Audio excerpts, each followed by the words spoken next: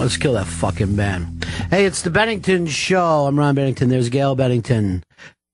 Oh, hi. Today's hot song from a movie brought to us by Joey Jojo. Joey, I got to admit this. What? It might have been a safe choice. Okay. But we're going to give it to you. Mm-hmm. All right. Well done. It was the right choice, though. Well Thank done. you. Good work. I don't know. I would have went with that cockroach song. I thought it was a little more rocking. Cucaracha. Don't get me wrong. I don't hate Dark Knight, but I like songs that just mention marijuana. I like marijuana. Songs. Oh, that was done by Quentin Tarantino, written by him. The movie, and Chris Stanley already told me that he thinks QT is a major dude. Oh, is that right? He's a serious major dude. Yeah. Any major dude with half a heart surely could tell you, my friend. I'll tell you who a major dude is right now, and he's captured the internet's heart. That's a young dentist that rocks out of Minnesota. Great white hunter. Once again, proving that we're the greatest country in the world, USA, baby. Everybody's talking about him. Everybody. He is the buzz. All the celebs are mentioning him. I'm not sure if he's going to be in Ricky Gervais's new movie, but some talks are going on. So, this Minnesota badass got the opportunity to fly to Africa, go up to a game park, and shoot a lion with a GPS around its neck. That, my friend, is a hero. He's a tough guy. He's a real tough guy. He is a tough guy. I mean, when you face down a zoo animal like that, and let me tell you something. There's some of these bleeding hearts out there that are worried about the lion. These lions have been terrorizing game parks in Africa for some time now. I think there's going to be quite a few antelope that are happy that took place. So if you're in the Minnesota area and you need a teeth cleaning or, a root canal, we got just the guy for you. Joey, you're from Minnesota, right? Hell yeah. That's big ups for you guys. Thank you. He also, I think, shot a bear cub and a box of kittens, too, on his way to work. Just pulled over, just shot him with a .38. You got to take the opportunity if you see it. Oh, sure. There's an animal just lying there, helpless. Why not? He's gotten about 4,000 new Yelp reviews on his practice. Sweet. All 5 stars? A little lower than that. Okay. But, it's Yelp. People can, people I always say this. There's no such thing as bad press, Mm-hmm. I say the same thing when I take my suits in. I go, there's no such thing as bad press. Do whatever you can with it. One review says, Walt Palmer is the newest member of ISIS. I don't know why they would say that. I guess it could be considered human ISIS. Mm-hmm. I think so.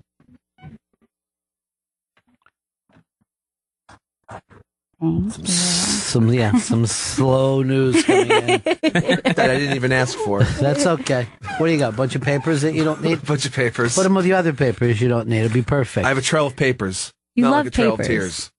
He knows you love papers. Everybody loves papers. Papers, morning papers, So, yeah, there are a couple of people mad at this guy, but I don't think they understand the full gimmick of what he pulled off. Killing a lion. There's Michelle with one L just doing a little hall work for people. She's taking someone around. Oh, that's iced tea. And look, there's Coco. Oh, wow. They look great. Nice Coco view. is impregnated. Yes, I heard that. Yeah. Little baby Coco. Yeah, little baby. I hope is it possible to name a baby Ice Coco? Ice Coco. Sounds delicious. I know, I've never had one. I had one at Serendipity once, I think. Well, that's a frozen, what is that? Frozen hot chocolate. Hot chocolate. Yeah, I guess that's a nice cocoa. That's a nice cocoa. I haven't had one of those in years because there's always a line like, I gotta go here. And I'm like, why? It's about a 2-hour wait. Yeah. I can get in there easy in the winter and drink a nice cocoa.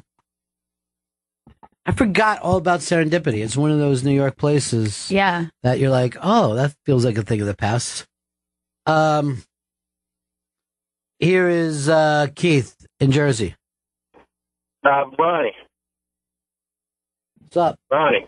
Yeah. First, I need a nice cocoa also. Second of all, I've been to safari out down in South Africa, and these lions are within like 3-4 feet of your truck. Sweet.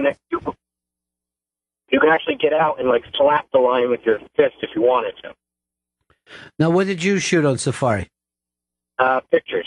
No, just pictures. Pussy. But if you had a gun instead of a camera, you could have nailed a lion, cut off its head, skinned it, and brought it back to Minnesota. And then decorated your home with it. Yeah. I could have, if I had a bayonet, I could have stabbed it. First of all, don't go anywhere without a bayonet. Hey, locked and loaded. All right, peace, my friend. So, yeah, I think America's kind of proud of this dentist today. And actually proud of all the denti out there. Yeah, I mean, he's really bringing a good name to dentists. They needed help, and this is only making it better. Hopefully he had a bunch of guys carrying his luggage, too. Yeah. With sticks. What are those guys called? There's a name to them. And don't... Seriously. No. I can't think of the name, but they would always hire these dudes... It's basically like a bellman for the jungle itself. Right. In which the luggage rests on the shoulders. Yeah. And whatever monster was out there was bound to get to them first. Yes. They had no protection. Yeah. Mark in Ohio.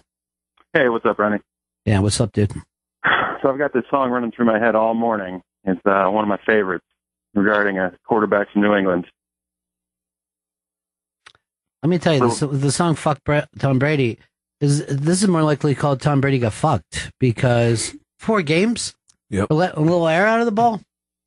Because he destroyed his cell phone. What's the big deal? Here's the thing: some people are ecstatic, some people are angry. I'm neither. If my team could have cheated to win the Super Bowl last year, I'd be the happiest bastard for the next 10 years. I wouldn't care about anything. Cheat to win. That's your motto. It is. Or cheat just to cheat. That's another motto of mine. Even if we don't win, at least we know we cheated. That's what I try to tell the kids I'm coaching. The cheat. The cheat. Oh, the guy with the yellow feet. The cheat. The cheat. A little internet cartoon humor for people. Just a little bit. Please, did you get a look at the cheat? Come on, you cheat. You're crazy. Strong Bad should have been every bit as big as fucking Mickey Mouse. Yeah, I agree. Strong Bad was a great character, but I love Homestar. All right, I'm going to pick Homestar over Strong Bad too now. So here's the thing. Strong Bad should have been a Mickey Mouse, and then Homestar should have been Donald Duck, where you're at Disneyland. You're like, Mickey never once made me laugh. I mean, you talk about a guy who cruised along just getting there early. I hate to call him the Hulk Hogan of Disney cartoon characters. I was so... Well, guess who the thing came out that Hogan said the other F word. Guess who I immediately forward that to? Yes. With still a Hulkamaniac? How was the response? He wasn't happy with him, to tell you the truth. Plus, he's worried about his own nerves. Sure. He's having bad nerve damage or something. Hogan, it came up that he did use the F-A word when talking about a gay person.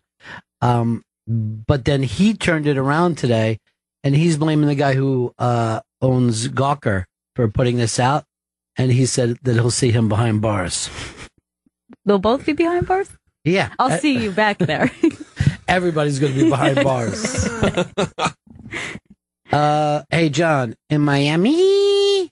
Hey, Ronnie. What's up? Wouldn't the proper punishment be just to overinflate the balls about 10 pounds for Brady? Now, interesting. Seriously. This is seriously, smart. You are brilliant. I'm sending you to the big-ass prize closet because...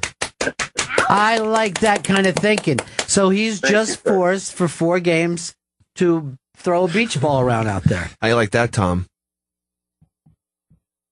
All right. He wins a pretty good prize today. Oh, God. Searching for Sugar Man, signed by Rodriguez. Well, it all ties in with football. Sure. Perfect. Joey Joe. Sweet Joe. He wins a pretty good prize today. It's suddenly like if fucking John Wayne's special needs kid just came out in an oversized, in an 18-gallon hat, is what I'm saying. He's bringing the Kokomo back, though, today. Oh, yeah. Yeah. Yeah, he's got a nice flowery shirt on. Any way to get your kids to answer the phones, or is that just one of the things that we don't always do? Brady put his defense up on Facebook. It's up on the iBank today. But I'm going to tell you personally, I haven't even gone to read it. I don't see what's such an awful thing. Take a month off. Sounds great. I bet the new guy is going to do pretty damn good. I'm willing to bet right now that they're going to go, I'll say, 3-1. Really? Yeah. Look, most places you'd like to get rid of your 40-year-old quarterback. Finally. Why didn't this guy do this earlier? Well, the guy that's playing behind him is a professional and a millionaire for being paid for what he does. Go out and do's it. You got to do's it. That's how Brady got his start. Bledsoe went out, and then he's had to fucking run. Well, everyone gets their start that way, and somebody else used to have the job. I'm the first quarterback on this team. Unless they invent new positions. Tom, we're doing too good without you, so we're going to let you go. That happens all the time, dude. I got 2 words for you. Pete Best. Apparently wasn't. Craig. Yeah. In Connecticut. How you doing, buddy? Hey, Benningtons. Hey. There's a petition on whitehouse.gov to extradite the dentist to Zimbabwe. It says 4,000 signatures already. Yeah, but to do what? Hunt more? I mean, he'll go over there and shoot an elephant for the ivory. He wants that. To face punishment, I guess. To face punishment. Arrest and prosecution. What are they going to do? Boil him? I guess. Well, here's the deal. The guy will not be taken alive. You know what I mean? He is a master shot. With an arrow and a rifle. I mean, the guy has multiple skills. He should have to kill the next by throwing knives. They have to be sleeping, though, in order for him to... I'm going to go out and hunt with Chinese stars. That's going to be difficult. Not for me. Not in the zoo area. I only hunt in the zoos. I only hunt with nunchucks. It's my only. I remember one time I was at a mall and they had set up this water thing and you could catch fish in the mall. You give them $5 and they gave you this little thing. You could just fish in these. It was like a trough. Yeah. Sure. I think hunting for this land was about as exciting as that. They used like meat to just get out of the area, and then they just shot with an arrow and followed it for 40 hours. Because it was a what? So it suffered for 48 hours. For 40 hours. You fuck The lion. Yeah. See, I didn't want to read about the killing. You know, everybody was sweet enough to keep me away from that because I'm a sensitive young man. But that is disgusting to me. It's horrifying. This fucking dentai. You know that he's not using enough Novocaine for people. He's just giggling while he's drunk. He's using it on himself instead. It's like, we need more Novocaine here. I can still feel my face. That's why everybody says they're sadists. Yeah, they are. Or sadists, because they never seem to be in a good mood, and then they always kill themselves. Ray in Philly. Hey, I didn't think I could hate Gurion anymore, but I'm pretty sure I just heard that he killed a lion in Africa. Is that right? He killed a lion out in Africa. I bet Toto is fucking furious right now. They hate it. They hate this. Nothing better than that song. I'm always sad when people say they hate Gurion. I know, it's not nice. Chris bumped with him up in Montreal and loved them. Yeah? Oh, it was great, yeah. Loved every minute of it. Not only that, he took Joey Jojo under his wing and taught him the red carpet game. I know, I feel like a seasoned vet now. What did you learn from Gurion? How to shoot a camera, how to approach people, and how to ask concise questions on a red carpet. Did he explain to you how to express details rather than generalities? He taught me to be a better person. For that, I'll always thank him. Here, more papers. Love My papers. friend's saying vague, but you know how the saying goes. What's he saying? What's the saying? See, that's the joke, because I'm vague. Yeah. Wow. Keith Richards says that he wakes and bakes every single morning of his life. Great. I don't know why he thinks he's shocking us. I don't know how you figured out what he was saying. It's actually more mild than I think what people assume his morning ritual is. Than what it used to be.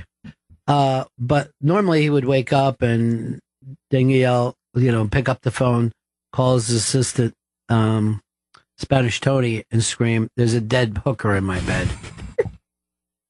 Take care of this. So I'm leaving last night, and I see one of the mucky mucks up from Washington, D.C., and I said, "What are you doing up here?" And he goes, "I'm here for the U2 town hall." There was a big U2 town hall. Chris, you were able to see some of it, huh? Yeah, I saw, but it was pretty crazy seeing them down there. I would have stayed, except for it meant I'd still have to be here. Right. Instead of somewhere else. Not one more moment. Yes. Not one more than is contractually obligated to do. But how were they? Were they all rock star? Were they? Oh, it was super rock star. It was nuts to see them in the fishbowl. It was really crazy. Were the people really excited? Oh yeah, I saw the people coming up and then and going down, and they were. You saw them coming up and going down. Which was worse? Going up. That is what Chris Christopherson always said. Now, the excitement level through the roof. Yeah. They're sitting there next to their rock gods, U2. Yeah, it was electric. And just answering questions like, "No, we named ourselves after a spy plane." Thank you, Bono. Wait till Bono hears about the fucking Africa problem. Oh, he won't like it. He's going to fly to Minnesota and find this dude. I'll tell you this. He's been working on Africa for how many years? 20, 30 years? I don't see any difference. I think it looks exactly the same Pretty as when similar? you started. Yeah. There was just an Ebola breakout. That's It's great. getting worse. Great. No, while you're recording a fucking album, dude, there's an Ebola breakout. That's what happens. Yeah. Because the Edge wants to, So, but those have got to been like the biggest rock stars ever to do a town hall by far. Yeah. I know Keith has been up here before. Who's, I don't know if anyone, it's Bruce Springsteen caused, quite the buzz. Paul McCartney Wow. Had everybody excited. Lady Gaga at the time. Lady Gaga at the time was outrageously big, and there was just thousands of people. She tweeted it or whatever. So you tried to come into work, and all the gigettes, I guess they were called. I guess One Direction caused quite a buzz too. Yeah, they were the ones where you will not walk past One Direction. Do not bring your kids to work today. They were the amount of young girls downstairs penned in that the security had to take care of. There was just hundreds of young girls just freaking Really exciting out. for you. Oh no! I was just relating the story. No, all right, she got you. You're going to fucking jail now. That's all they need. That's all it took. We heard the lady. We don't need to go in the back and talk, Your Honor. She nailed this asshole. What happens in this justice system? Now, what we're asking is, can we give even more time than what you recommended? Are we free to go DP on this son of a bitch? No! And no, tell him we don't mean double penetration. Death penalty. Yeah, that caused quite a buzz, but it was very funny. We get an email going, "Don't bring your children to work today. We know what you're up to." And I'm just like, oh, why can't people just bring their kids in? You saw how excited Michelle was with Ice and Coco. I know. She acted like she's in with them. She's just walking them around. She mugged to us like, "Look at what I'm doing." You're not in a posse. What, you think you're in body count now, Michelle? Come on. That's a nice old school reference. I fucking loved it. That's where Cotton Killer came from. Hell yeah.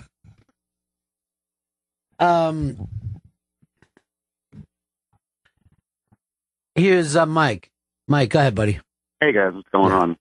I just want to know, why is there a clear divide between caring about an African animal's life like 4,000 miles away versus the chickens in the slaughterhouse around your block? Like, why is there a social media concern over that? And you want it or make it every day? Well, I would say first that there's a difference between trophy hunting and hunting to feed yourself, your family. There's a difference. And in fact, a lot of people who are hunters are especially angry at this. Now, and I'll also pick this up for you too, Mike, so you can understand, rather than going back and using the same cliche thing that we normally would use, if there were fucking 4,000 cows left and we saw someone eating a fucking double cheeseburger, we'd call them a monster. You're smarter than this, Mike. You're not a dumb person. You're able to use a telephone, so you could figure that out. It's great when we have bumper stickers to go back to and use, Right. but sometimes you want to use that fucking hat rack on your head. Figure out what's going on up there. There's no difference between a chicken and a lion. I mean, look at those assholes in Jurassic Park. Look what they did to us. Sir, I'm at Jurassic World. Sorry, I made a mistake. Showed my age. I was around in 93. I'm hoping that was 93. I don't even know.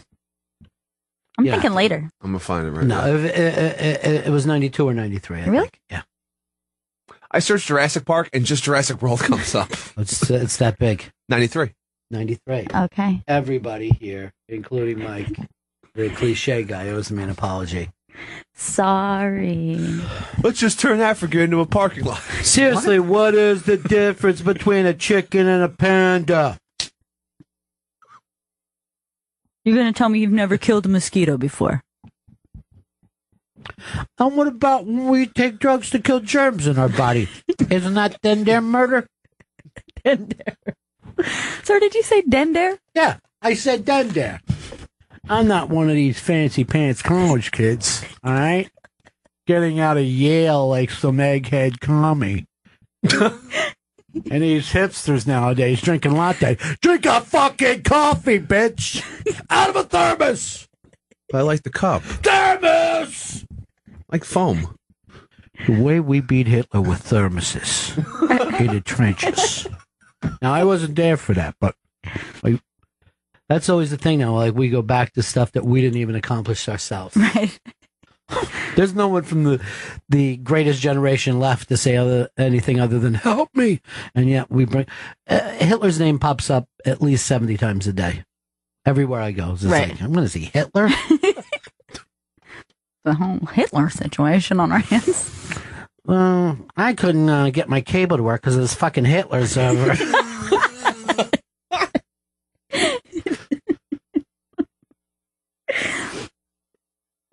Duck Stanley says this. Nice. Why are Chinese stars shaped like... Wait, why are Chinese stars called Chinese stars? They're shaped the same as any other star. Well, it's a Chinese throwing star. Right. You just don't throw every star out there. Yeah, they It's a throwable type. they originated the throwing star, so there you go. Chinese throwing star. Tim Knight says this. Is Hicks's musical knowledge limited to Tarantino films? Not complaining, but 80% of his music is from his movies. Well, I'll say this, Tim. That sounds like a complaint. But one. I don't mean anything by this, but But Hicks is a goddamn asshole. No offense, but you're a piece of shit. And Joe picked that, not I. So pay attention, buddy. Chris in Philly. Hey, I was just calling about that dentist. I just wanted to let you guys know that the U.S. and Zimbabwe have an extradition treaty in place to where if it is found that his crimes would possibly serve over a year in jail, basically the U.S. government has to extradite him back to Zimbabwe to see his day in court. Or they could try him here in the U.S., but we don't need signatures to try to extradite him or anything. There's already a pretty generous extradition treaty in place. Well, see, here's the thing. I don't know legally what can happen. It certainly would take cooler heads that I'm seeing, Right. because most of the people I talked to yesterday wanted to have his head cut off, Yeah. his body skinned, his head put on a mantle, and his skin laid out in front of a rug. And I'm like, I doubt that's going to happen in any court, at least in this country. Can't speak for over there. maybe the skin rug, but not the head. And I just said back to him, do you eat chicken? What about chicken wings? I saw you gnawing on a big old bucket of chicken wings. You're guilty too. One, no, you didn't. You did not see that. Well, I think it's a fine defense, and one that I hope that he uses, the chicken defense. Sure. A lot of you fuckers eat chicken. That's So what I'm saying. think about that. Should I leave now, or do you want to tell me I can leave? It doesn't matter either way to me. There was some things that said 5 things that you need to know about this guy. I forgot. I started to read stuff yesterday because we saw it on the Fox, I'm going to call it ticker tape, but I don't know what you actually call that scrolling stuff. And we're like, this can't be real. Then we blame Joe for being from Minnesota. Yes. Oh, yeah. He immediately got the blame. Sorry, guys. That's okay. Last year we yelled at you because somebody beat a kid with a stick. That was my bad. And now that guy's going to run 2,500 yards, he said, this year. Easily. That's just running. I mean, not talking about receiving. No. Receiving another, let's put a G. It's 3,500 combined yards. All right, so what are the 5 things? Just give us the shorts on this. All right, 5 fast facts you need to know about Walter Palmer. 1, the lion was left skinned and headless on the outskirts of the national park. Okay. Oh, God. 2, the hunter allegedly tried to destroy Cecil's collar to hide the evidence. It was wearing a collar. Yeah, the With GPS, a GPS collar. on it. Yeah. He faced prison time in 2008 for lying to a federal agent about killing of a bear. He was previously accused of sexual harassment. Of an animal? Now, there's another picture of him fucking on top of a dead rhino. Yeah. He loves it. Now, let me just ask you this in life. Would you rather get your picture taken with a dead rhino or a live rhino? It's bizarre. It's a very strange thing. Would you want your picture taken with a raccoon or roadkill?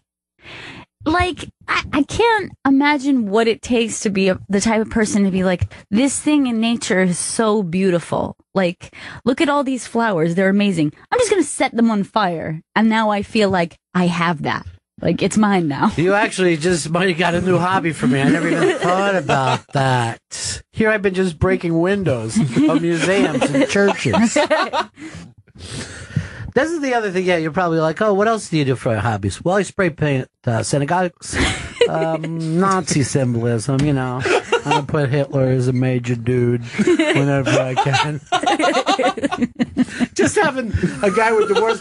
And, like, it seems like he's fucking single, you know what I mean, in his 50s, because what kind of women want to come back to this fucking weirdness? And so this guy goes hunting, and it's not like it's hard to kill any of these animals. Right. The hardest thing is paperwork to figure out how you're going to try to fool everyone into thinking it was a legal kill. Right. This is ridiculous. Here he is with a leopard. He's just hauling around a dead leopard. So disgusting. The this fuck picture. is wrong with this guy? He's a fucking maniac. And then the 5th fast fact is thousands of death threats have been made against him on social media. Well, that's not shocking. No, social media, big death threats for you anyway. Yeah. They'll send a death threat. You have a pop song that they don't like. Ugh. Hey, it's our friend Holly. What's up, Holly? Hey, guys. Good afternoon. Hey. I heard on the news this morning. First, I don't know if you guys talked about already, the guides or whoever it was that took him out there, they lured the lion out of the park so that he could kill him. Same way that we get Chris out of the fucking studio every day. Big old bag of meat. Triscuits. Just pieces of meat on Triscuits. They said that this lion was the leader of the whole... Leader of the pack. Is it the pride? Leader of the pack, whatever. So he was the leader, and he has all kind of babies and stuff.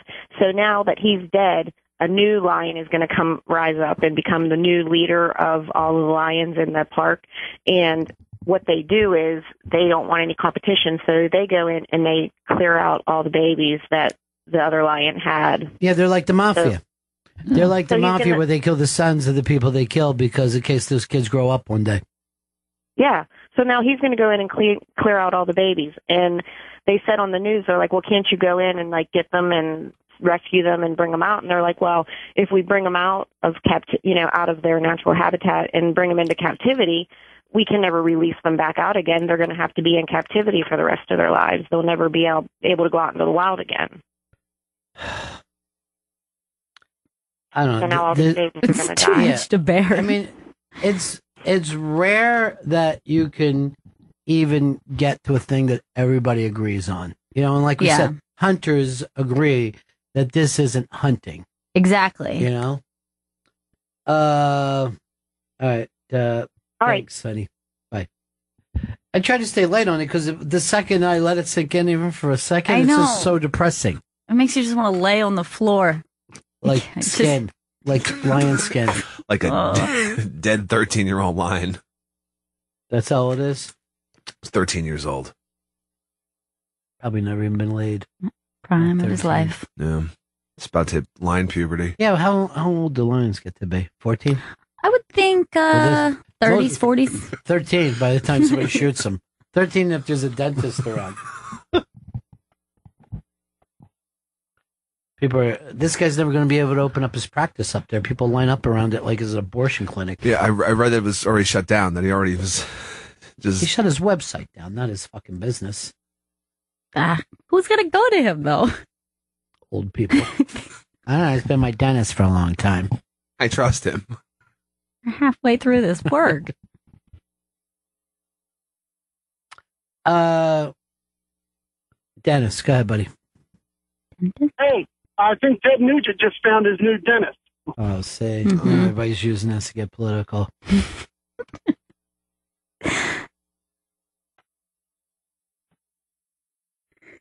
Did Ted have anything to say? I'm not seeing him talking about it, against it yet, or for it. He hasn't made a statement. He's going to lay low, I think. Here's Elliot. Elliot, what's up? Long-time listener, first-time caller. Hey, guys. Hey, man. I got a different take on this Cecil thing. Basically, lions aren't meant to interact with people, and, it's kind of against nature because, they get killed. So what's your take? Well, here we go. If Cecil does interaction with people, and then if, say, the lions in his pride start taking his example, that makes them more likely to get killed by people. Dennis, here's the thing. They're in preserves because the fucking people have moved in so far now. There's no such thing as the wild, even in Africa. If you were sitting around talking about this in 1940, it might make a little bit of sense. But this is the fucking 90s, all right? My friend, it's hammer time. There's nothing we can do about it. Grunge is here, and it's here forever. Get with it. All right? You're going to be up against people if you live on the planet Earth. That's why we preserve them. That's why we put them in preserves. Preserving them from us. From us, yes. We're protecting them from us. The cancer of planet Earth.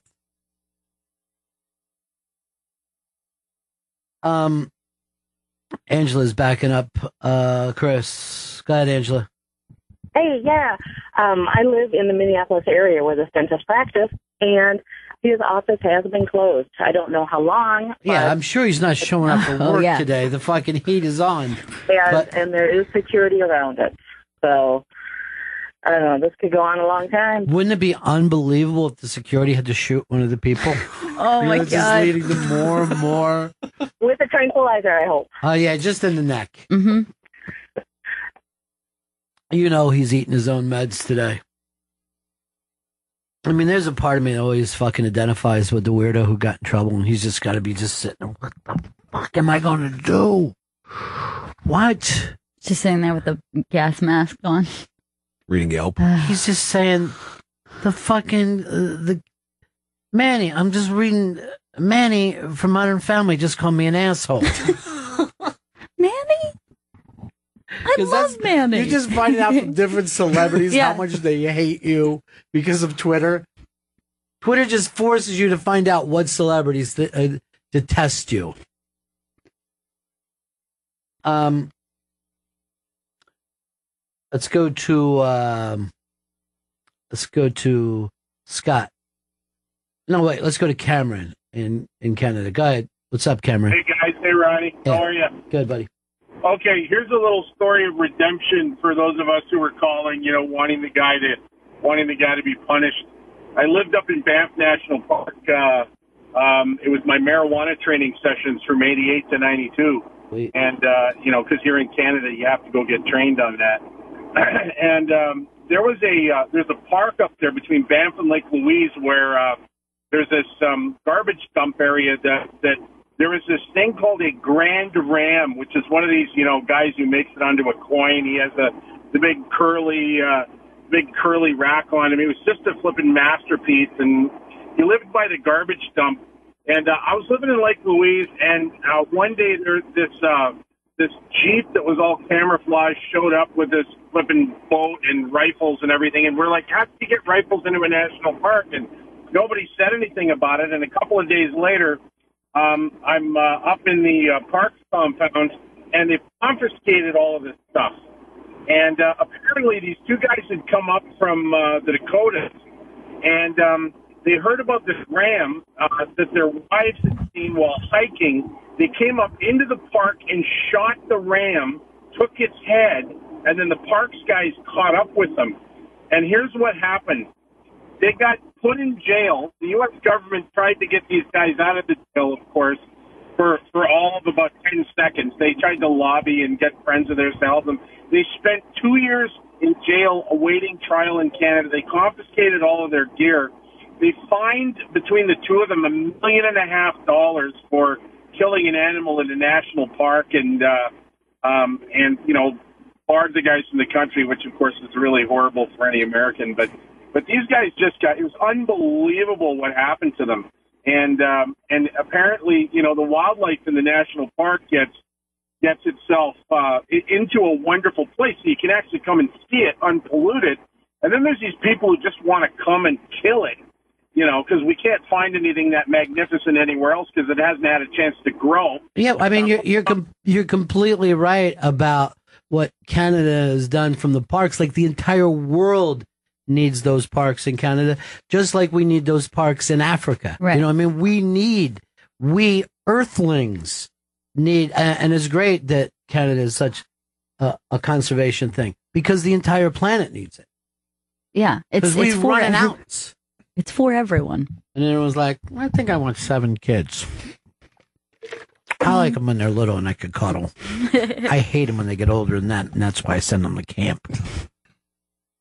Oh man, did you see that camp upstate? The fucking tree, this giant tree falls, and all these little campers are under there. What? Yeah, nobody got killed, but they were freaked out. A bunch of them got pinned down by the tree. Fell on a cabin, or? No, I think that the kids were lined up or something. You know how they're always lining kids up. Oh God. Ma'am, we need you to drive upstate. Is everything okay? I'm in Europe right now. What happened? I thought I gave my children away for the summer. I trusted you, strangers. Well, it's a big, wet, hot American Summer reboot. Are you excited about this? I'm super excited about this. You were one of the people who fell in love with the movie right away. I did, yeah. Chris, it took you...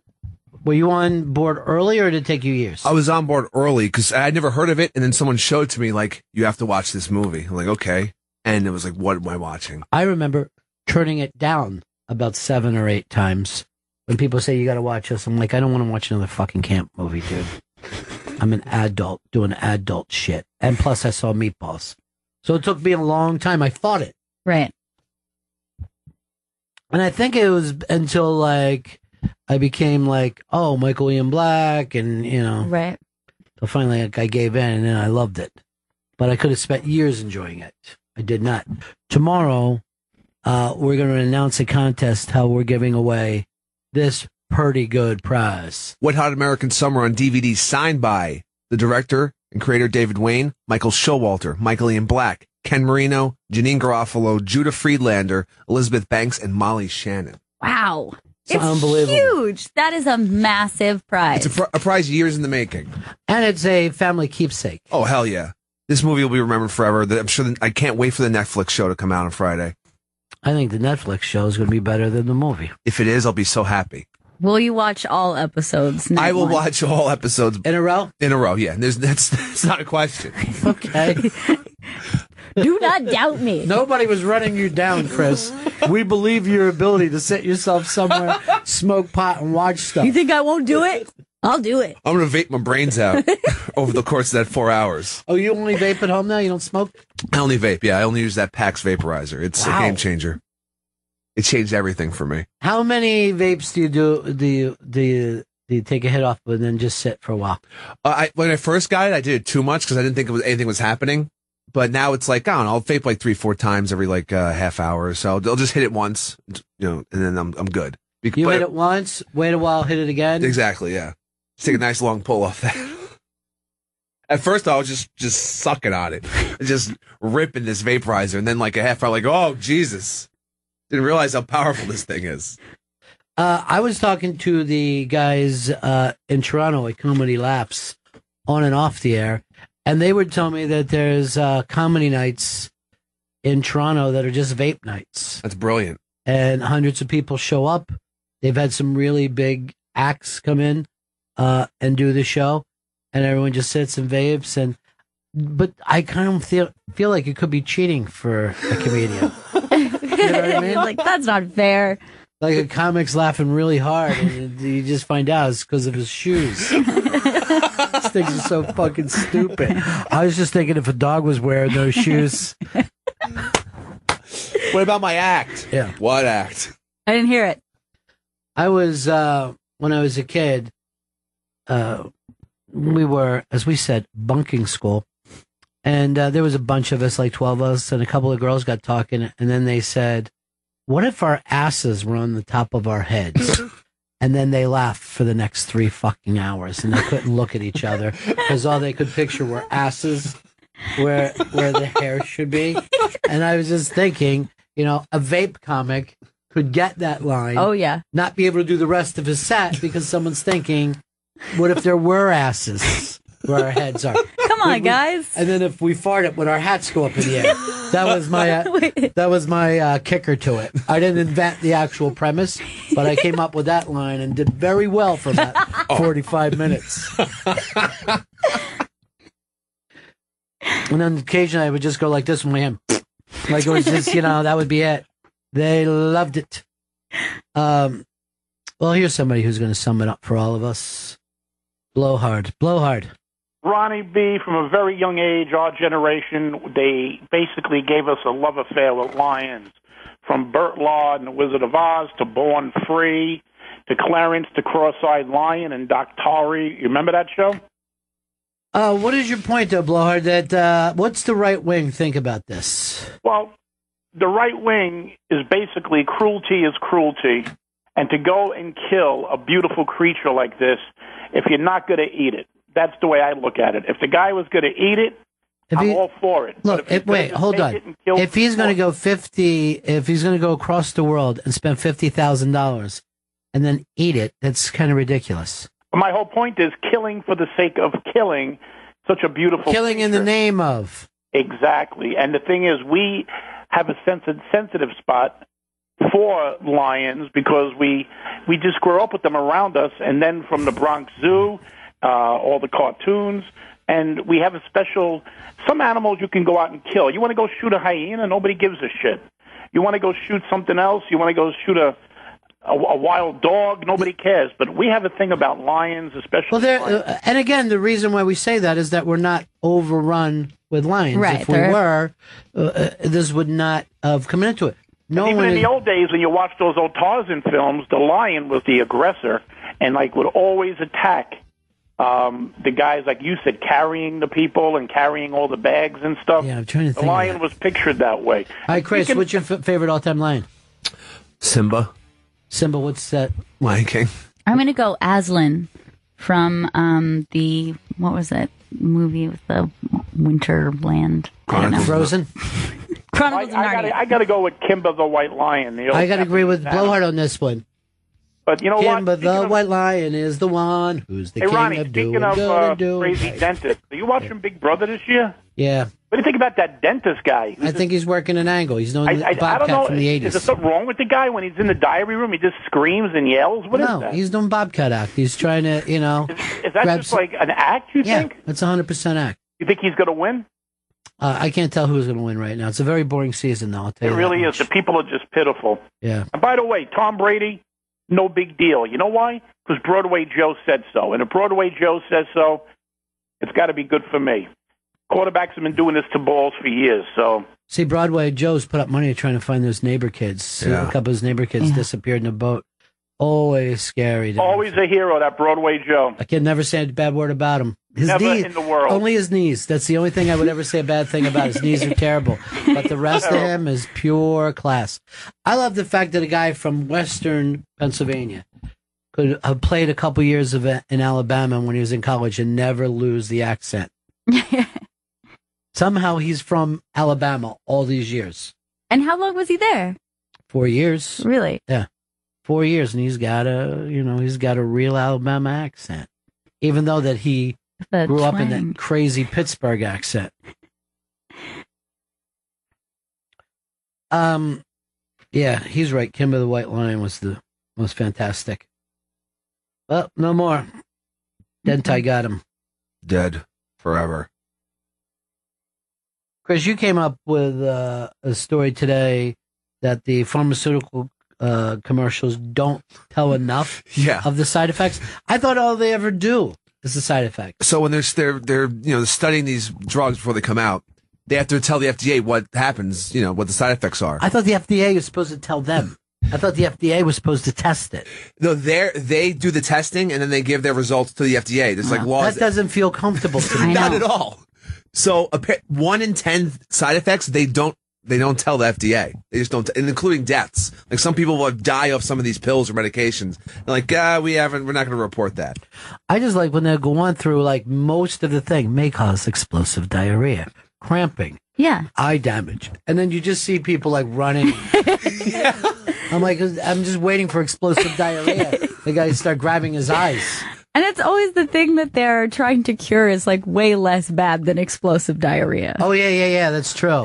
They'll try to get rid of. One time they tried to get rid of restless leg syndrome, and I'm like, no one ever complained about just their fucking leg going back and forth. Yeah, it's called drinking coffee. Yeah, everyone's like, what is that? Huh? Oh, sorry. I used to fucking work next to restless leg syndrome for years. There it goes. Happy. I like when it says it causes nightmares. Where like this drug is so powerful, it's fucking up your subconscious. It's incepting your dreams. What the hell is what's in it? I think it's for Chantix. Well, what is? Chantix is the worst. I took Chantix and I had to be taken off of it because I got vertigo. You know what? We have a friend here who has vertigo and is working out of their home now. Really? Yeah. Yeah, I like one of our coworkers. It went away as soon as I got off it, but I didn't know that it was a side effect. That's the guy I walked by who has the Bravo show where he's drinking. Oh, nice. Andy Cohen. Is that someone's name? Andy Cohen? I think Andy Cohen. That sounds like a weird name. Yeah, he just walked by. We're getting a lot of celebs walking by. I know. Today. Big day. Yeah. Big day. As long as they don't come in here, everything's cool. I don't get it though. All right, Eric in Kentucky wants to go up against the major dude, Chris Stanley. Thank you. Go ahead, Eric. The main thing is, man, there's a thing called clinical history. And like penicillin, for example, been around forever. We know very, very well what to expect out of that. Some of these doctors are more discerning about that. They don't jump on the bandwagon from the drug companies right away. But some do, and they prescribe it to anybody, and the next thing you know, you got a wrist coming out of your neck or something. Who knows? Explosive diarrhea, you said. But, a friend of mine was taking some medication, right? And then later found out that it causes bone depletion, and no one had told her about it. But you got to be very careful when you get on any drug for a while. Yeah. You know what I mean? Like, quite frankly, you could do meth every once in a while and be fine. Right. You know what I mean? Like if you did keep meth, a handle on it. Yeah. If you did meth, let's say Thanksgiving every year. All right. You don't have any problems. Yeah. But when you get into daily doses of meth, you're going to start having all kinds of physical problems. A lot of drugs are the same way. That just doing it over time is the difference. That's true. And, the same thing goes for when you're talking about doctors, just because it says MD or DR in front of their name, it doesn't mean they're you can't necessarily take their word for it. We've got the internet at our disposal now, and you can do your own research. You don't want to diagnose. Well, Chris had also put out a story about that. Don't believe the internet. Yeah, the websites and apps that give you basically tell you symptoms. You put in your symptoms and it says what's wrong with you. Most of the time, it's either they're blowing it out of proportion or there's nothing really wrong with you. You can't trust any of them. Because you're just fucking typing, you're believing what you want to believe. This fucking guy is telling us not to believe the internet? Are you fucking kidding me? Yeah, that's a good fucking point. You know what, Eric? You got him. Because you dropped the major dude, You're going into the pretty good prize closet. Pretty good prize closet. Pretty good. Get yourself a pretty good prize. What's he got, Joe? Pretty good prize is Wanda Sykes. I'm gonna be me. That's good. That is a pretty good prize. Congratulations. Is that a book? Is it an album? What is it? It's a book. Yeah, you want to describe it a little bit. It's a DVD, actually. Oh, I was wrong. I look like This has been a bad day. Look it for up you. on the internet. Fucking internet keeps fuck. lying. You just got your ass. Oh, snap. Then why don't you go in the pretty good prize closet then? What? Jew. What? You shouldn't say that. Did I say that? Yes, you did. Stanley. Dump out of that. Dump in your mouth. It's too late. Well, here's the thing about these doctors. A lot of them don't have like common sense. So they're going to give somebody, like, say, they'll give you fucking 15 Oxycontin. And they're going to go, you probably don't need this many, but, throw the rest away. You're like, yeah, that's exactly what I'm going to do with these drugs. I'm going to throw them away. That sounds like me. They're like, if you find that you're having a problem with this, let me know. And you're like, you're the last motherfucker I'm going to tell if I'm over medicating myself. As a matter of fact, I'm going to come back and tell you the pain's still there, no matter how high I get. I can't. It's not that I can't even trust you. You can't trust me, dude. Not once these fucking things get into the game. Oh, should I pay attention to the sticker? Is this telling me what I shouldn't do? It's like saying to a child, let me know when you've eaten too much candy. I'm going to give you the whole bag. Yes. I'm going to give you 600 Reese's. Okay? Eat a couple of them a day. Make it last throughout the summer. Come back into the room and just see fucking wrappers all over the floor and a little fat kid laying in their own shit and puke. They couldn't stop themselves. You dumb fucks. You know what they ought to do? Every doctor's office should have a fucking major dude working there. Who's going to walk over and just fucking lean in and look at the dude and say, I know what you're up to, man. You're not getting any more of these fucking meds. Shit, who put this? I'll fucking slap you across the mouth and knock that oxy out of your fucking tongue. My back hurts, though. Gonna set you up with an appointment with the major dude. Yeah. Gonna have to see the major dude before you go home. Look, I'm not some fucking stupid doctor. I'm all over your shit, all right? Your back hurts? Go take a steam. This is for me and two other guys I know. Anything that he talks the patients out of, he gets to keep. That's how this would work under what I call the Bennington administration. I like it. Major Dude's an actual MD. This is why we need Trump as our next president. Oh, yeah. Can't we He's just a major dude. can't we just vote now? Why do we have to wait till next year? Don't need to hear any more. Here's a weird story I saw today. So this fucking plane is flying from Vegas to Fargo, right? Mm-hmm. They leave them sitting out on the fucking runway in Vegas forever. So much that they're burning up all their gas. They start heading into Fargo. They got like 5 minutes of gas left, but they can't get in because the Blue Angels are using the area. The dude's like, dude, I gotta go. He goes, I can get you in about 20 minutes. He goes, I got like 5 minutes of gas. Now, how would you like being in a fucking plane and having the announcement, you have 5 minutes of gas left? Oh, and then this thing that we call a plane turns into a rock. 5 minutes of gas. First of all, were you like me in high school? You know what? Just give me a quarter time. Just put a couple bucks in there because I might need this other money for something. This will get me there. I'm sure of it.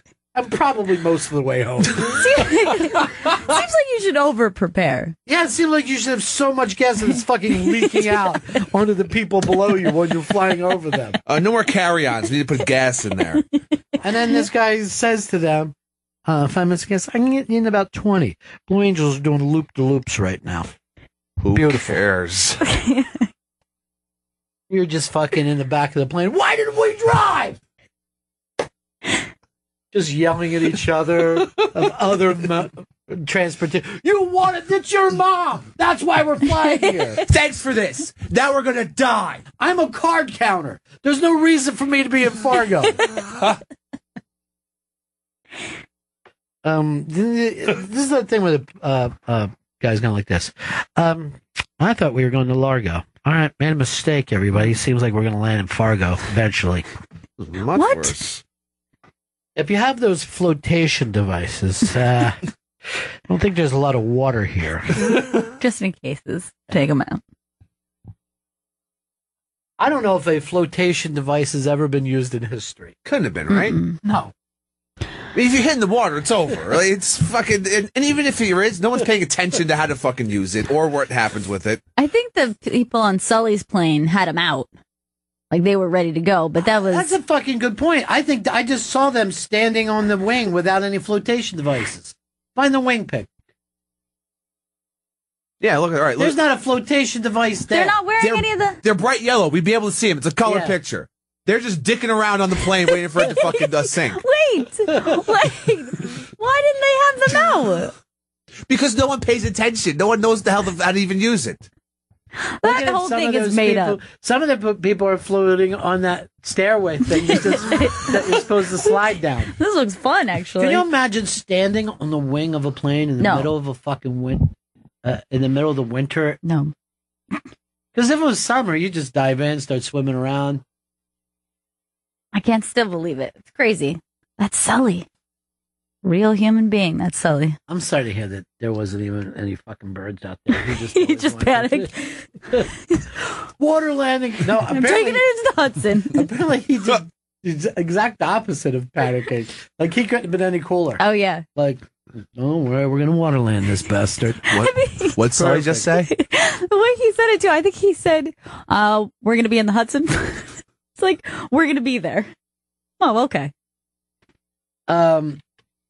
Here's Jerison in Wisconsin. Hey, kids. Yeah. It's the Blue Angels are the greatest naval aviators in the world. It's not like, the tower calls them and says, hey, we got to land this plane. They're going to go, fuck them. Just let them crash. They could have flown up and started loading people into their planes. We're actually really busy right now. You know what? I can't even believe that I'm the same species as the Blue Angels. When I see this shit that they do. It's crazy, man.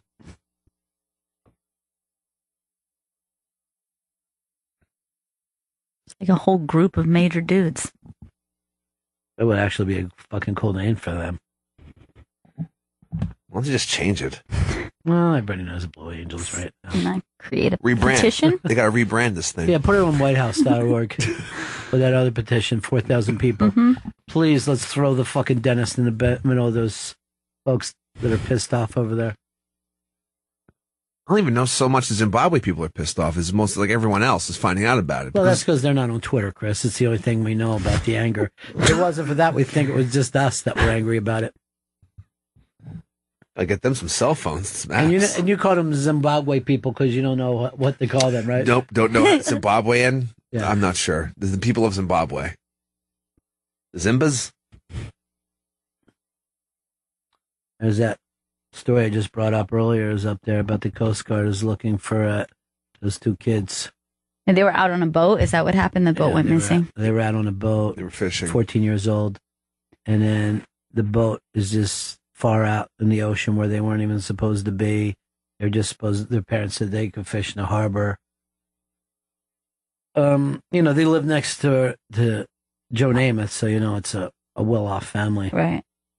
I don't know whether you're aware of this, but what Joe did in the Super Bowl, upsetting the Colts, was unbelievable. Oh, maybe Joe just pissed it all away. He's slumming right now. He predicted it. I remember that coming up a couple times. It got mentioned. I'm trying to think of what I used to know every sports thing when I was a kid because all I would read in school was sports book.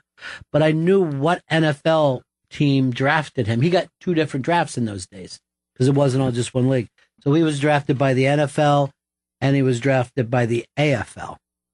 And I'm thinking it might have been Bears, but I'm not sure. Where would he have went? I'm going to find this draft now. To me, it's the most important part of this whole story about the missing children. Okay, in the AFL, the Jets. Yes, we know that. In the NFL, the Cardinals, St. Louis Cardinals. St. Louis Cardinals. 12th overall in the NFL draft. Those were weird days. Then you could make the 2 leagues, go back and forth. That's he got something like $600,000 or something crazy. Like when most people in this country were making like $10,000 a year. Everyone was mad about it. Like, who's this kid? Who's this youngster? His draft class was pretty good, though. Gale Sayers and Dick Butkus in it. That's a fucking amazing. Right? That's probably why I was thinking Bears. It's amazing that one team picked up Butkus and Gale Sayers at the same time. They should have never stopped losing. I never told this story before, but Gale Sayers had a roommate, a white guy named Brian Piccolo. Gale Sayers loved that Brian Piccolo. Then he got sick, and he died. And it's the only movie now that men are allowed to cry at. The only one. There's a couple, I thought. Isn't there Really? but they're all sports related. Well, what's your... This is the fucking thing. I'm glad you brought that up, and I'll let you get back into your movie thing. But Monday, I turned on, ESPN in the morning. Every show was talking about Southpaw. Went out to the movies over the weekend. I don't go much, but I went to see this movie, Southpaw. It's excellent. It's basically Rocky. Every single one of them. They just compared it to Rocky? It's the next Rocky, really. Yeah. No, there's already a Rocky, though. It's got Rocky vibes, though. So, what other movie can a man cry I at? think men cry at, like, Rudy. Don't men cry at Rudy? Never. No, Never. man. No man should ever cry at Rudy. What? I thought you guys... Nothing but good things happen to Rudy. Yeah, but isn't that sweet, like when he... Yeah, we don't cry when it was sweet. We cry because Gale Sayers felt so bad that his white friend died. What about... And then had to talk about it while he got a trophy. What about the end of Rocky? No. Nothing about Rocky. Really? No. Men, look. You can only cry a couple of times in life. Your dad dies. Mm-hmm. Your dog dies. Brian Piccolo dies. That's about it. I don't have much. Do you ever remember crying? As a man, not as a boy. As a boy, Right. You're going to die. You're going to cry when a lot of stuff happens. Sure. You're going to cry when, your older brother compares your ears to fucking taxi cab. Joey, ever cried a movie? Never, not since I've become an adult man. I dare you to watch this movie. Just listen to the song. I'm starting to tear up a little bit. Just kind of This reminds me of when Gale Sayers and Brian Piccolo would run in slow motion. Jimmy Kahn. Unbelievable. Dad, you cried in a movie? Yeah, I cried during Castaway when the volleyball floats away. You'd say he's... You know what? This is to teach you a lesson, Gail. He turns it into a funny joke. I cried then too, though. It was Wilson, yeah. Wilson. It was his only friend. Well, that's because Wilson is his wife's last name. And that fucking made him think, Right. what if his wife was floating away? Song is pretty touching. Tony in Brooklyn. How can you not cry with Pride of the Yankees, brother? That is... I'll tell you this, Tony. The only time I ever do cry is when the Yankees win another fucking series. That last one they won made me cry. Made me cry hard.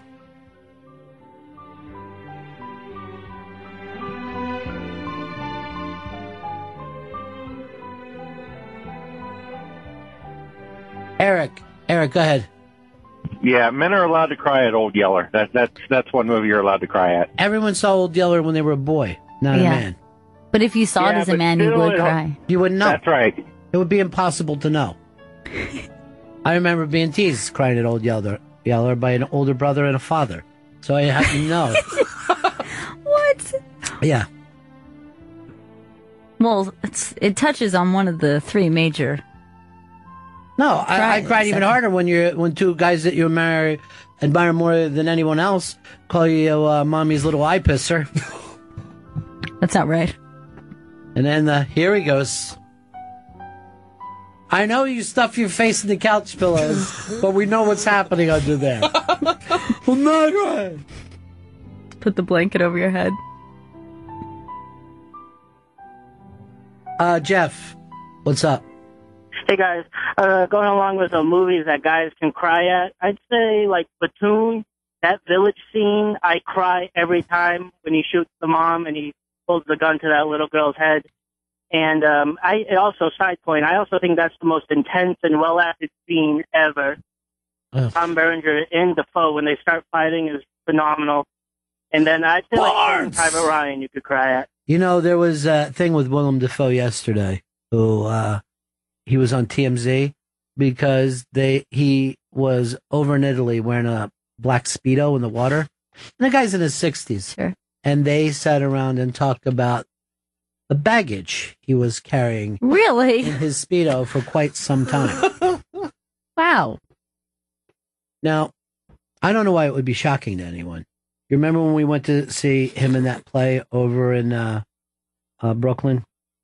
Yeah, it was to you the birdie or for you the birdie? Yeah, something like that. Well, in the entire thing, he's basically just wearing this thing. He had fucking fingers and toes like spaghetti. Yeah. Like you're watching a guy on stage, and all I could think of, those are the longest toes I've ever seen in my life. Freakishly long toes. By the way, he's not a tall man. No, he's kind of slight. He's you know a what small I mean? guy, but God, he's intense. He's But such a also- great actor. But also, if you've ever seen that, like the old movie that he did with the Wooster Group a long time ago, like full frontal, and he's whipping it around. So Yeah. I never saw this thing. This is when they used to do Acid and do plays. yeah, exactly. The And- Wooster Group had some amazing people in it, too. Yes. What's your favorite Willem Dafoe movie? What is my favorite? It's really I got tricky. one locked in. What's that? Live and Die in L.A. It's right there all the time for me. I think the fucking movie's amazing. I think he's unbelievable in it. And then, of course, Wang Chung brings a fucking soundtrack that Right. just defined the 80s as far as I'm concerned. Oh, look at all these people when they talk about fucking crying. Jesus. People love to cry. Yeah. Garth, what are you crying about now? All the Garth Brooks references, mostly. What about Field of Dreams when he has a catch with his dad? Oh, come on. Falls, Frankie Angel. I cried like a baby. Is that because I never play catch with you? Mm-hmm. Guess who can't catch? You. I can catch. I'm a good catcher. I can't throw.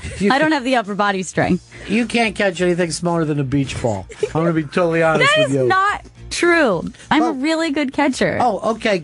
You know what? This is one of the things. Any game you ever won in your life, I let you. That's why you always won 10 Still to 9. counts, though. That's why you always won 10 to 9. Put some excitement in it. I love losing 10 to 9. And then I love acting like it's really destroyed me. Oh, God damn it. This 4-year-old. Oh, furious. This is the greatest song ever.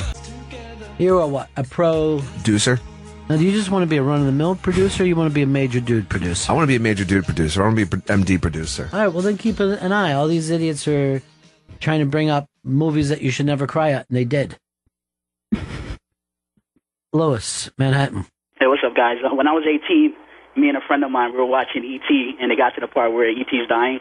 And I started to tear up, and I tried to hide it. I was like, trying to wipe my tears away, like, this guy's going to think I'm a pussy. He hears me crying. And then next to me, I can hear sniffling, and he's crying. So we both just started, we said, fuck it. We just both started crying at the Well, but here's the thing. He's going to, from the song, he's going to turn on his heart light. He's always going to turn on his heart light. Turn on your heart light. Like in that movie I saw last night. The one with the frog man. He just fucking wrote a hit song about a movie that he had saw. And then this is how big E.T. was when it came out. It's like a song that Steven Spielberg didn't ask for, nothing. Right. Became like a #1 song. We don't need this. No, I insist.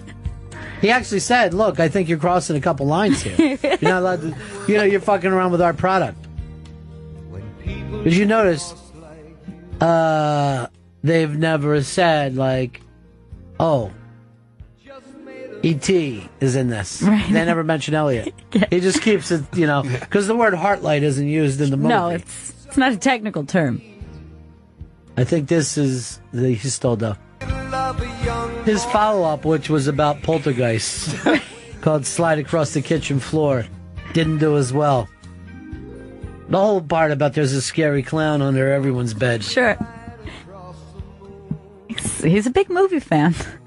Big movie buff. I grew up in the Bronx. He's a wild man. But he always does shit that people don't ask for, like after that Boston bombing, he just went up to a fucking Red Sox game and said, "Yeah, I'm ready to come out 7th inning and fucking start singing Sweet Caroline to make these sweet people feel better about themselves." It was Sure, just if like you the want. most uncomfortable thing you ever saw in your life. Because the people were like looking at him like this. What's he doing here? Isn't he a Yankees fan? I'm here. Yes. I'm here to heal everyone. Your dreams have come But true. everyone else in show business would have somebody call ahead. Yeah. He doesn't do that. He's a fucking really one-of-a-kind dude, man. He's just out there doing his own thing. Prepare the green room. He was one of I've the arrived. people. He came in and did the show, and we just kept thinking the whole time, Neil Diamond is sitting here. I don't even remember what we talked to him about, but we just kept thinking, that's honestly Neil Diamond. For real. We're not making this up right now. That is Neil Diamond, not an impersonator.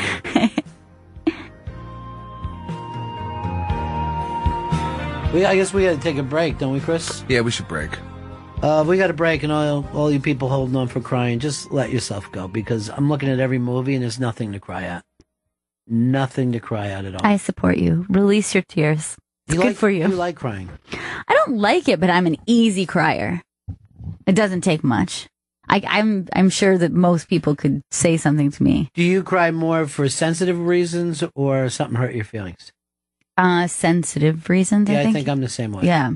I've actually cried when I got a good steak. I'm like, this is so fucking delicious. I can't believe it. It just really touched me. It's nice. There's little bird parts on the outside. Real marks, I guess. What about you, Stance? I guess I'm more of a sensitive crier. When do you cry? What's your sensitive thing? You know what? There was a movie I cried at when I was 17 that I just remembered. I cried at the end of Gladiator. Oh, when he like sees his wife again, or No, when the black dude is burying the little figurines in the Coliseum, he's like, "I'm gonna see you again, buddy," or whatever the hell he was said. I remember those gladiators are gonna be dead anyway by now. I teared up. I was like, "Shit!" And They're then all Hans gone. Zimmer music was playing. I was like, "Oh fuck, losing it." he was a major dude. They were friends. They saved each other in those fucking fighting pits. He was a major dude. He lost his major dude. That doesn't come often. When did I cry? Oh, I guess when Hawaii was made a state. That really let me down. Really upset you. Yeah, I didn't want that to happen at all. This is the music. Oh, nobody wants to It hear would your be- music Got again. it. Your shit just is so fucking time filling. It's more shocking for me if I don't cry at a movie. Like, I don't even have to like a movie.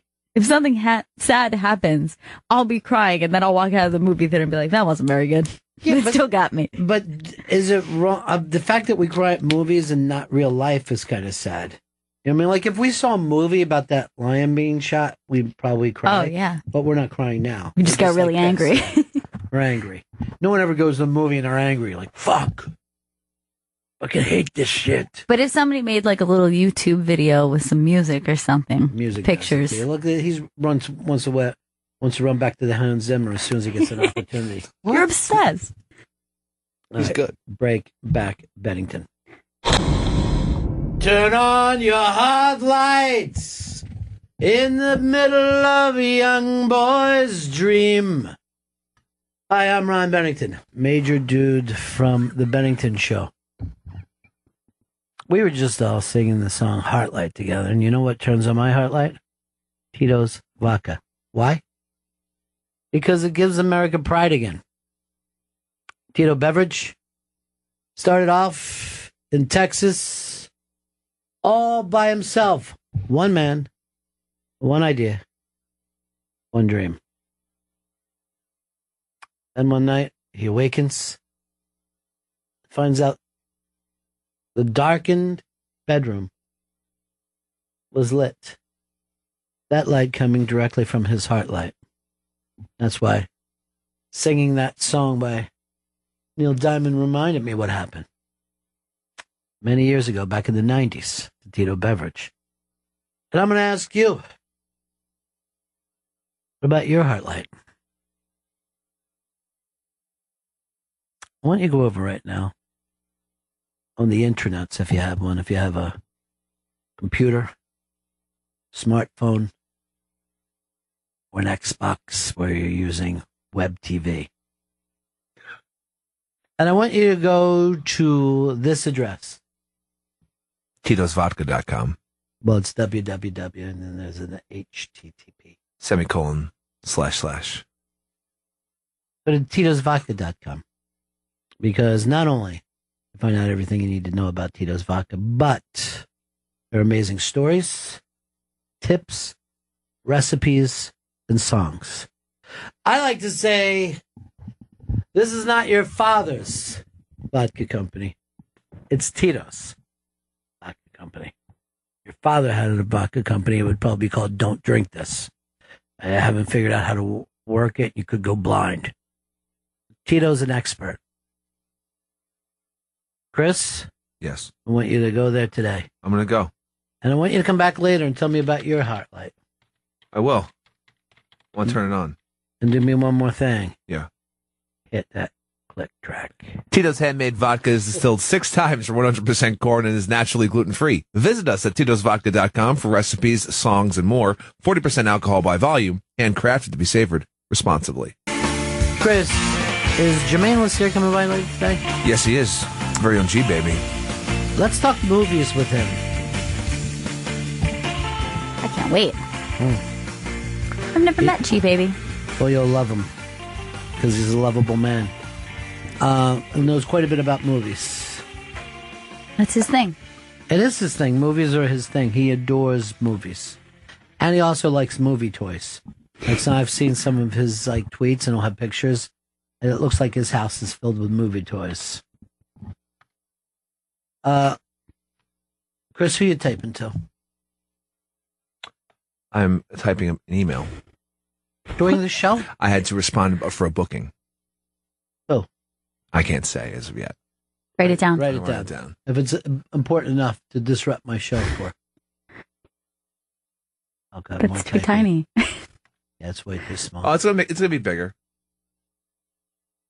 Ugh. It's a stupid booking. I think it's a great booking. I don't. I do. Okay, so everyone's lining up against me. I get it. When you're wrong, you're wrong. Quite a bit. As a matter of fact, when I speak, I'm wrong. Is probably better way to put it. I'm here to tell you some false things. Lies, misconceptions, and confusion. Hi, I'm Radio's Ron Bennington. You might know me from my voice coming through your radio. We got an Unmastered 3 o'clock, right? But that's not even going to run for a couple weeks. No, it's not. Oh, okay. Are we doing the Opie radio show this Friday? Yes, we are. Nice. 7 a.m. We got to pick a band then. Little early bird special. Anybody got any ideas? I have a couple ideas. Give me one. What about the Beastie Boys? It's actually a good one. Stans? New York Dolls. It's a great one. Joey Jojo? NRBQ. Like that band. I don't know what it means, but I do like those letters as well. You wear the same hat every day? I only have one hat right now. I mean, I know that you're so happy that you moved from someplace and you want to sport that hat. But are we going to have to look at a Vikings helmet all autumn? Oh, I'll cancel that order then. I just went on Amazon. I'm about to pick it up at the Amazon store. Pick up? There is no Amazon store. Yet. You see they're having an Amazon grocery store? I did hear that. It's all drive-through. It's going to have an 8-lane drive-through to pick up your groceries. It's going to be like going through the border. You know what I mean? The backup is going to be tremendous. And then you'll be able to get some Amazon Easy Pass. But you pre-order, right? I mean, you don't just like go up to the window and be like, milk. What do you got bread. back there? That's bread, Wonder. Yeah, I've been to milk stores like that. They normally call them. They have them in Delaware. And you just drive up. Some milk, 6-pack, some beef jerky. You're like, get out of the fucking car, asshole. I mean, the deal is, Amazon's supposed to deliver. Why are you picking up? Why can't you have a fucking kid drive that out? You just go pick out my food for me and bring it to me. And then chop it up, cook it, and feed me. Thank you, Amazon. They never say why they call themselves Amazon. Maybe because their products are slowly chewing up the Amazon. Is that it? Could be. I mean, it's not like an Amazon. Look how many lighters I had. Why do you have so many? Damn, it's a shitload of lighters. Because whenever I smoke with someone, I take their lighter. I'm like a fucking pack rat. I know, I was missing some sunglasses. Well, you were making jokes yesterday of trying my sunglasses. You and Stanley were fighting over who was better. And then I leave with them on my head. They drive you crazy if something's on the floor? Well, I was just worried. Like, in my mind, I imagined you rolling over it and then it exploding. I don't know if that could happen, but that's what I imagined. When I have extra lighters like this, I try to light them all at the same time and put them together and start fire. That's pretty cool. Major flame. Any major flame with half a heart surely would tell you, my friend. And it's burning an eternal flame. Say my name. What's the name of that band again? Oh, Grand Funk Railroad. That's right. Oh, I didn't know they did that one. Why are you typing? I swear to God, Chris, I'm going to go out of my fucking mind. Okay, I'll stop. You're like fucking, seriously. One time I dated a secretary, and it was this. Clickety-clack all day long. The fucking nightmare. When you hear me in here. You know, we all have computers in front of us, and we're Yes. not fucking typing constantly the way you are. Just habit. I'm going to put this keyboard away from me. Everything's away from me. Why do you love typing so much? It just comes naturally. Does it? Because I get fucking emails from you, I can't even understand what you're saying.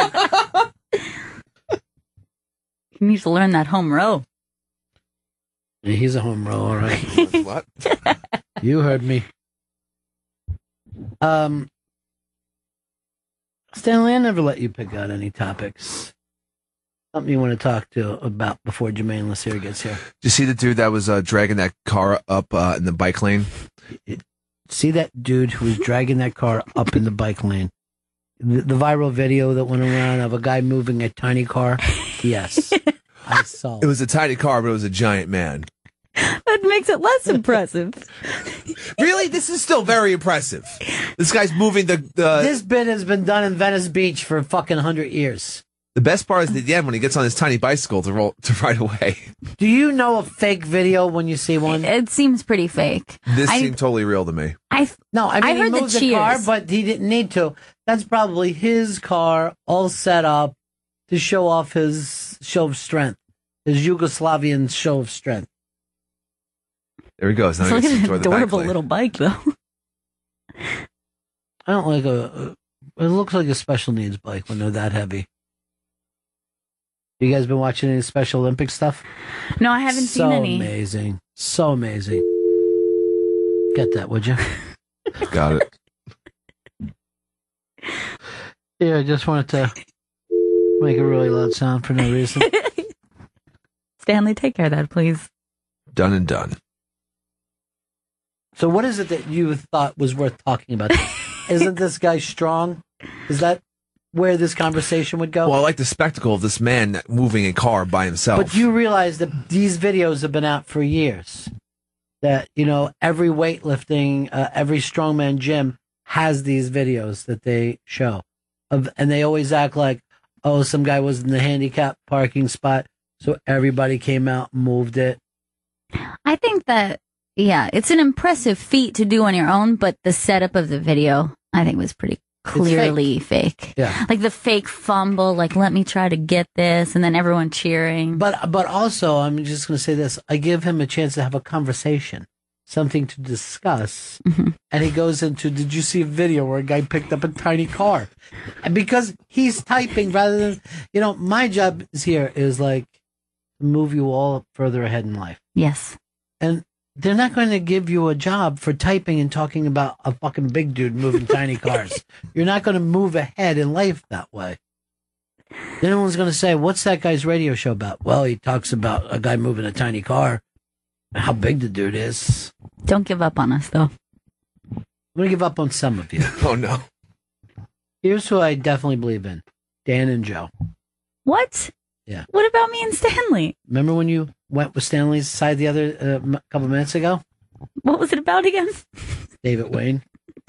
But no! It wasn't. It's about something else. Oh, okay. It was about somebody else other than him. Now I'm leaving you with him. Oh. Not alone. Yeah. You're being alone with the monster. I'm trustworthy. Yeah. I'm leaving Goldilocks with one of the bears. And by bear, I mean big gay man. Straight. I'm going to be like one of those penned up girls at a One Direction show. Nothing like Ripe for the picking. Oh, yeah. Give me that one. She looks 14. Give me the 13-year-old. That's not why we came here. So what? I thought that's why all girls liked music. One day service, the young men who make it. Buddy Guy's down there today. I know. Great buddy Guy. And you talked to him before, Buddy Guy. I talked to him a couple times. The guy's he's like a saint. I mean, he just gives off a glow. He's just such a sweet guy. Now I got to come up with a band for a Friday show because I'm rejecting everybody else's. No. Rejecting all of their choices. You ever notice that Chris never picks a band that's out of New York? It's always New York bands. I didn't notice that. I have another pick. Oh, by the way, I didn't tell you they want to do a music show with us. Whoa, that's awesome. Yeah. I definitely want to do that. Yeah, it'd be like monthly specials. Yes. I don't know if I want to do it yet, though. Let's do it. Well, they're tweaking at it right now, and I always hate that. They do that with everything. They start to tweak. Yeah. Normally, you have somebody in Don's position who would protect us from that. From the tweaks? From the tweaks. From the painful tweaks. But what were you saying? You had another band? I have another one to throw out there, and you can tell me what you think. The Violent Femmes.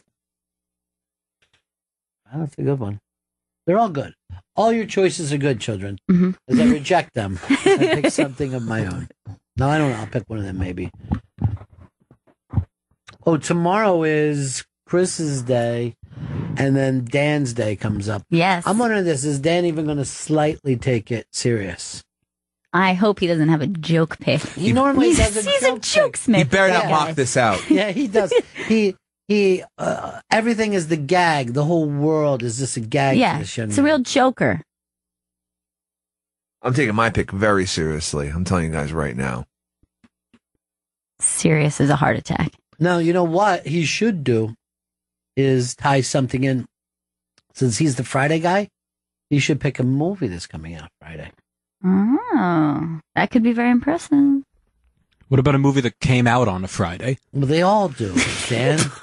Every one of them does. Come on. This is another one of your jokes. Some come out on Wednesday, which they've now moved to midnight on Tuesdays. All right, Vacation comes out, and Yes. they use a movie. They use a song that was being in another movie. None of you guys even watch previews, huh? No. Kissed by a Rose by the great Seal. Really? Oh, yes. I just found out Love the that other day, song. too. Seal is not a seal. You didn't know this? Mm-mm. I always thought it was a cartoon seal singing that, but it's a real man named Seal. I could see how you could get confused. Sure. The name and Of course, it happens. What did I just do? This? I tried to move the whole thing and only the mic came out. I got it. Got it. You think Seal would adopt the last name by now? At least Klum. Go with Seal. Or at least when he was married to Heidi Klum, go with He's Seal not Klum. anymore. When he was. Who takes the wife's name? Seal Klum isn't a good name, though. I take the name of my wife. Klum. Seal Klum. It sounds like something that leaks out of a seal. Yeah. We've seen a lot of seal plume in the water. I'm worried they're sick. Clean up. There's seal Klum everywhere. I don't know if any name would go with seal. Team 6. Okay. Out of the mouth of babes, we got a perfect answer. SEAL Team 6. I think we all agree. Oh, that's definitely a good name. You know what? This makes up for every annoying thing that you ever say, Joe. Team 6. Glide on that for a while. That fucking makes up from I'm throwing toonies around like they're loonies. Yeah, you guys, let's not remember that one. Let's forget about that. What was we didn't even talk. What was your favorite part of the Montreal trip? Meeting all the comics and just the surrealness of them just being in one place. Really? Yeah. Like a comedy club? Oh, and going up to Montreal. So part of your favorite part of the Montreal trip was going to Montreal. Yeah, it's nice. It was lovely. When we got in there, this is how weird it was traveling with them. Our plane wasn't even there when we showed up, and Chris said to me, "Our airplane ride isn't even here yet." No.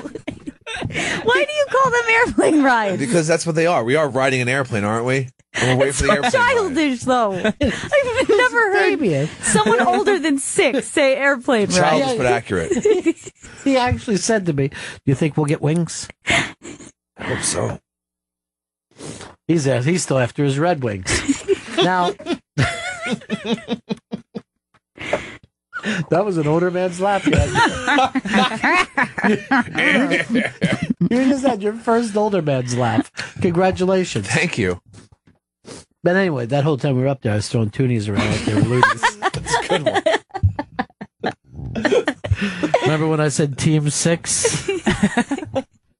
Making the drizzle. It's seriously a good fucking response. It was really good. Yeah, you weren't even annoying. when No. you said It that. took me by surprise. Oh, I couldn't believe it. I looked around to see who helped him, who handled the guy. There was actually a delay. Like, we all looked like, Yeah. Joe.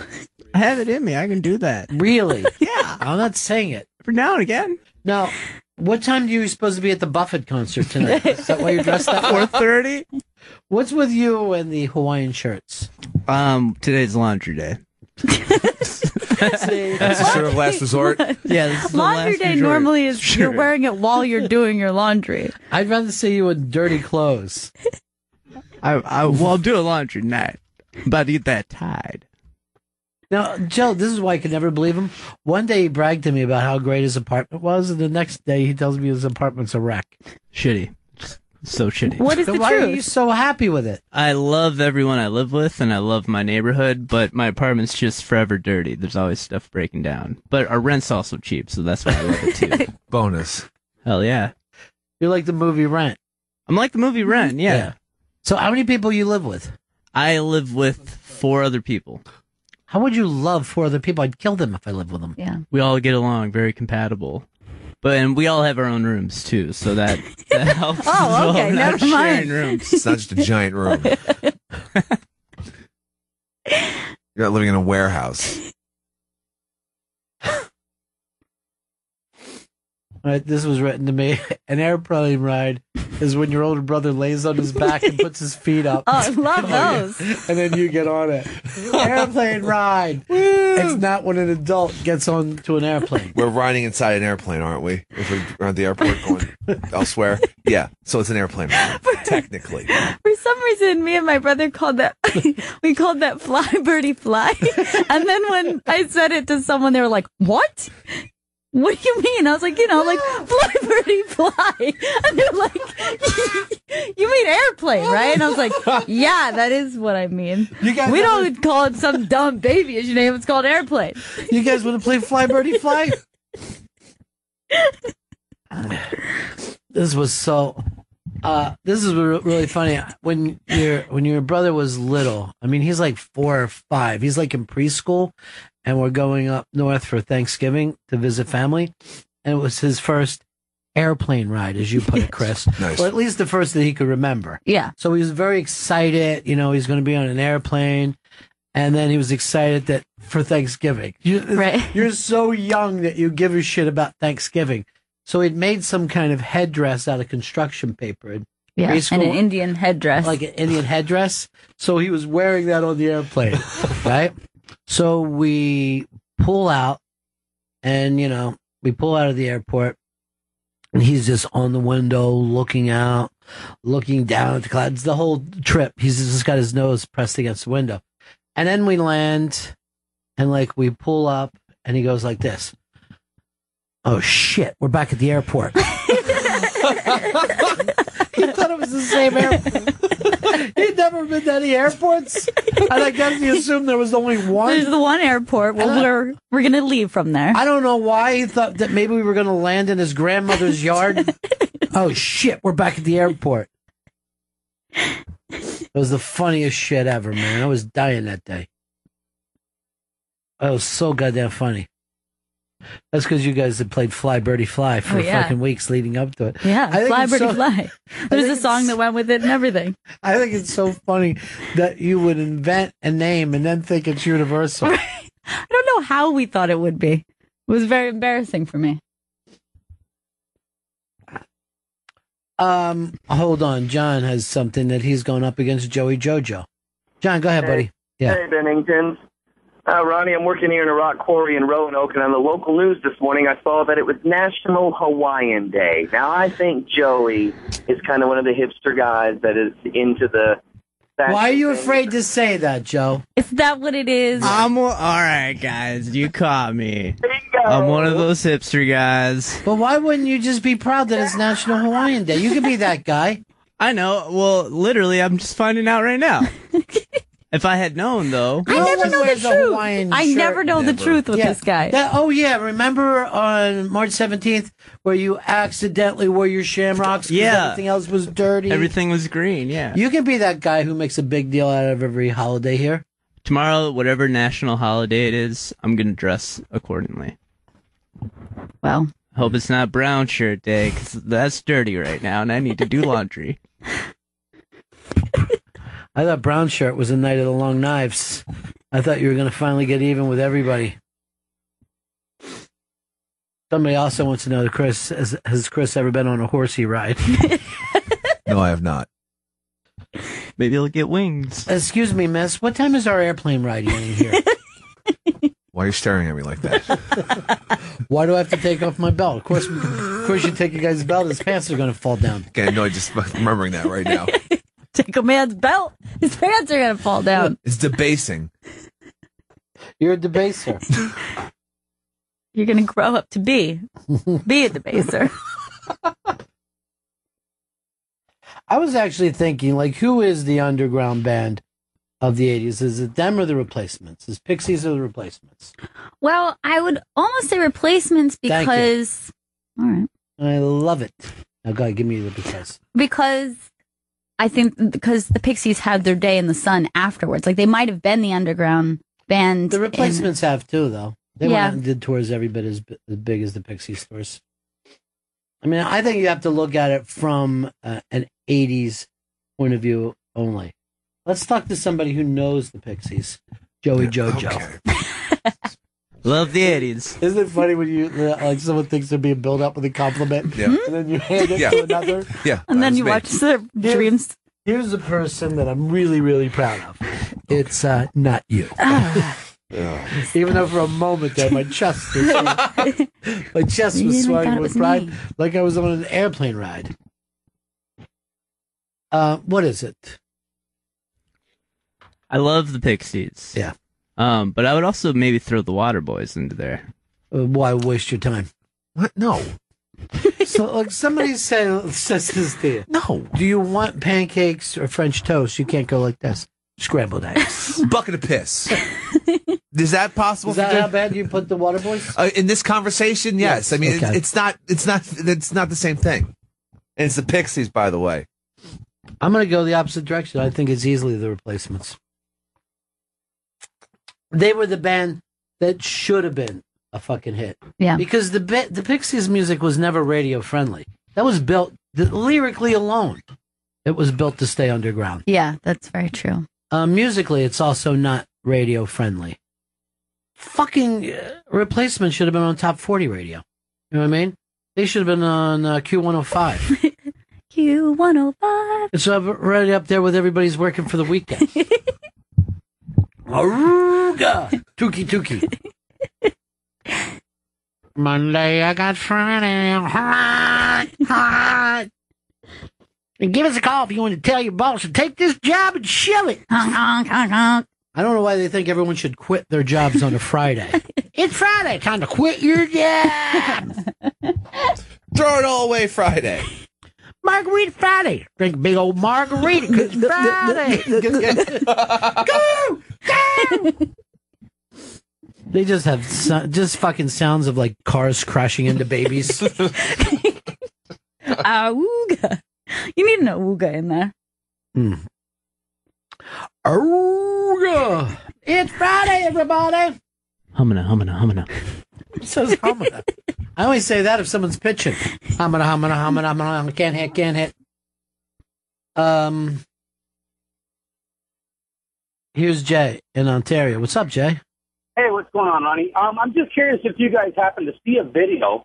It's about this teacher in New Zealand. He died, and his hearse is pulling into the school, and like all of the male students are doing the haka, that New Zealand warrior thing for him. Yeah. It's pretty powerful. I got goosebumps watching it for some reason. Like, is the point is they are hoping that this takes the teacher on to the next life? I think that has a lot to do with it. I got the feeling that was the respect they were giving back to this teacher, that they held him in such high regard to give him that kind of welcome when the hearse pulled in. It's pretty wicked. All right, we'll have to look around for it. Thanks, Jay. Yeah, thanks.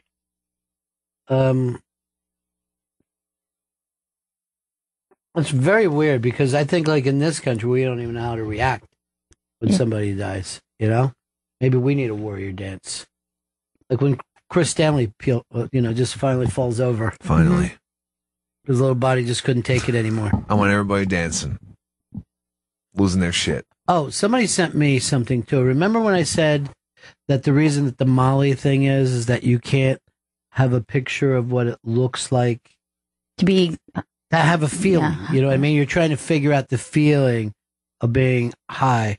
Someone sent me one. Now, these halls are so busy today. I'm not used to. I know. She's like in a gown going by. I'm like, is there a promenade I did not know about? It's just a very fancy maxi dress. Maxi dress means long? Long. Okay. To the max. Okay, to the max, baby. Got this dress. It's to the max. Oh, I'm hip. I'm fucking hip with that. But somebody sent me a picture. I'm going to try to find it and put it up. Because that True Detective thing over the weekend was just totally ridiculous of them showing I'm her. being told no. A lot of people wrote in. Jen wrote in to me and said Chris doesn't know what he's talking about because really? I tapped out. I've never experienced the Molly thing. Right. And yes, there's a sense of loss and emptiness in my heart of just wondering why. No, that's ridiculous because I've never had a flashback.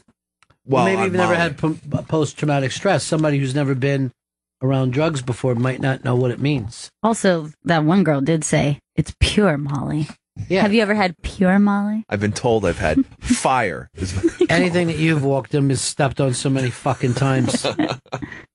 Everything that he buys in the park. So I don't know about park drugs. Going to the store. Gonna go get some park drugs. They say they have everything. Kid in a hoodie. I just met him behind some bushes. He tells me I didn't get his name or anything, but he tells me this is fabulous. All right, so we're going to put this picture up on the Twitter feed of exactly what it looks like to be high. And I'll have to get the person's name who said this. They actually use a certain type of photography that simulates people being high. Specifically on Molly? No, or I think on any marijuana, Molly.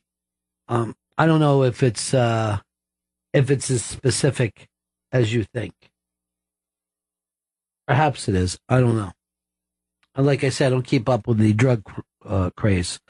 Unlike everyone else in this room, I am clean and sober, walking it one day at a time.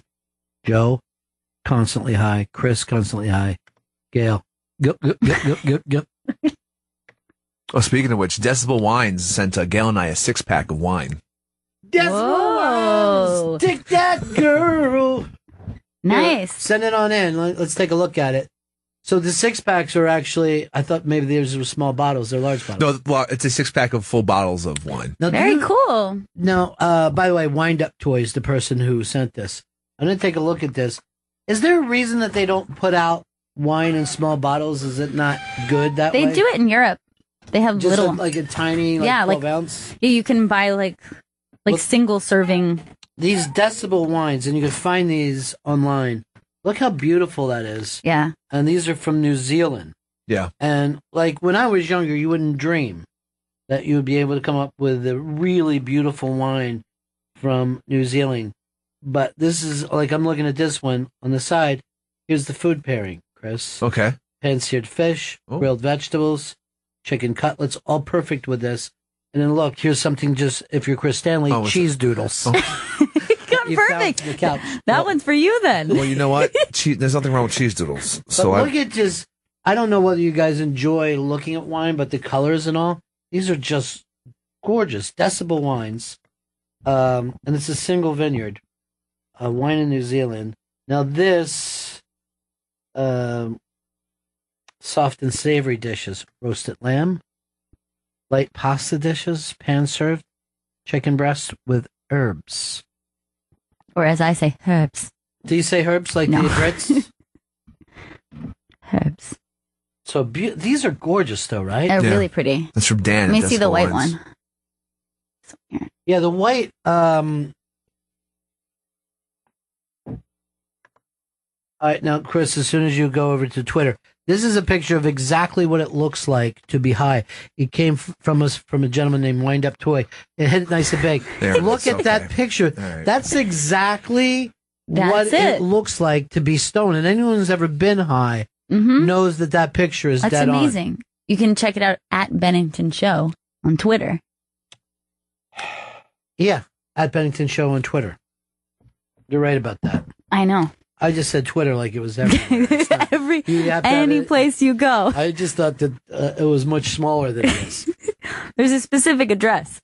Chris, does that mind you so much of being high? It reminds me of something, but no, that is it does not remind me of being high. No. It reminds me exactly. Like they should have this up on billboards on the highway. Like if you look or feel like this, do not drive, or even be riding shotgun, because you might do something crazy like grab the wheel and jerk it. Ew. I mean, jerk the wheel. Jerk the wheel. Stanley. Not masturbate the That's how he gets his weed. He jerks it. No, I do not. Dude, you're fucking totally accepted here. Well, thank you for that. I appreciate that. Doesn't even say you got a lot of gay friends? I do. Yeah. Why are you bringing up gay friends? Because I'm straight. I had one, but he moved, and one moved into his seat. So I got two gay friends. No. Oh, gay guys wear Hawaiian shirts. Right. So I got that. They do. Yeah. Oh, another thing, gay guys make cartoons, so I got Dan. Yes. I think he won gayest guy in Montreal for having a cartoon. Wow, that's so great. See? All my friends are gay. I told Gary you. did a write-up about it. All of Montreal. Wow. Yeah. I was making people mad in Montreal, but I kept calling their city Montreal. Montreal. Hey, it's nice up here in Montreal. Do me a favor. You got any kind of chicken and waffles? You got that here in Montreal? You got any of that at all, Montreal? Hey, where I find a Budweiser? That's all I drink. Trying to get me a bud. Me and my buddy Weiser. I don't know if you listen to George Thorogood, but we need to break again, Chris. Yeah, we need to break again. Could you do me a favor after the break? Yeah. G-Baby, Germain Lussier. Where is he working now? IO9.com. IO9. He's the entertainment reporter at IO9.com. He is the entertainment reporter for the Site of the Future. That site deals primarily with the future. And G-Baby is years before a movie comes out. He's all over it. Yeah. If something gets signed, each person gets signed. Pictures come out. He knows all about it. So why don't we take a break here? That's provided it's okay with you, Joe. I'm fine with it. Okay, good. Because I want to check, make sure you're okay. Great. Joe's okay with it, everyone. Yeah. Perfect.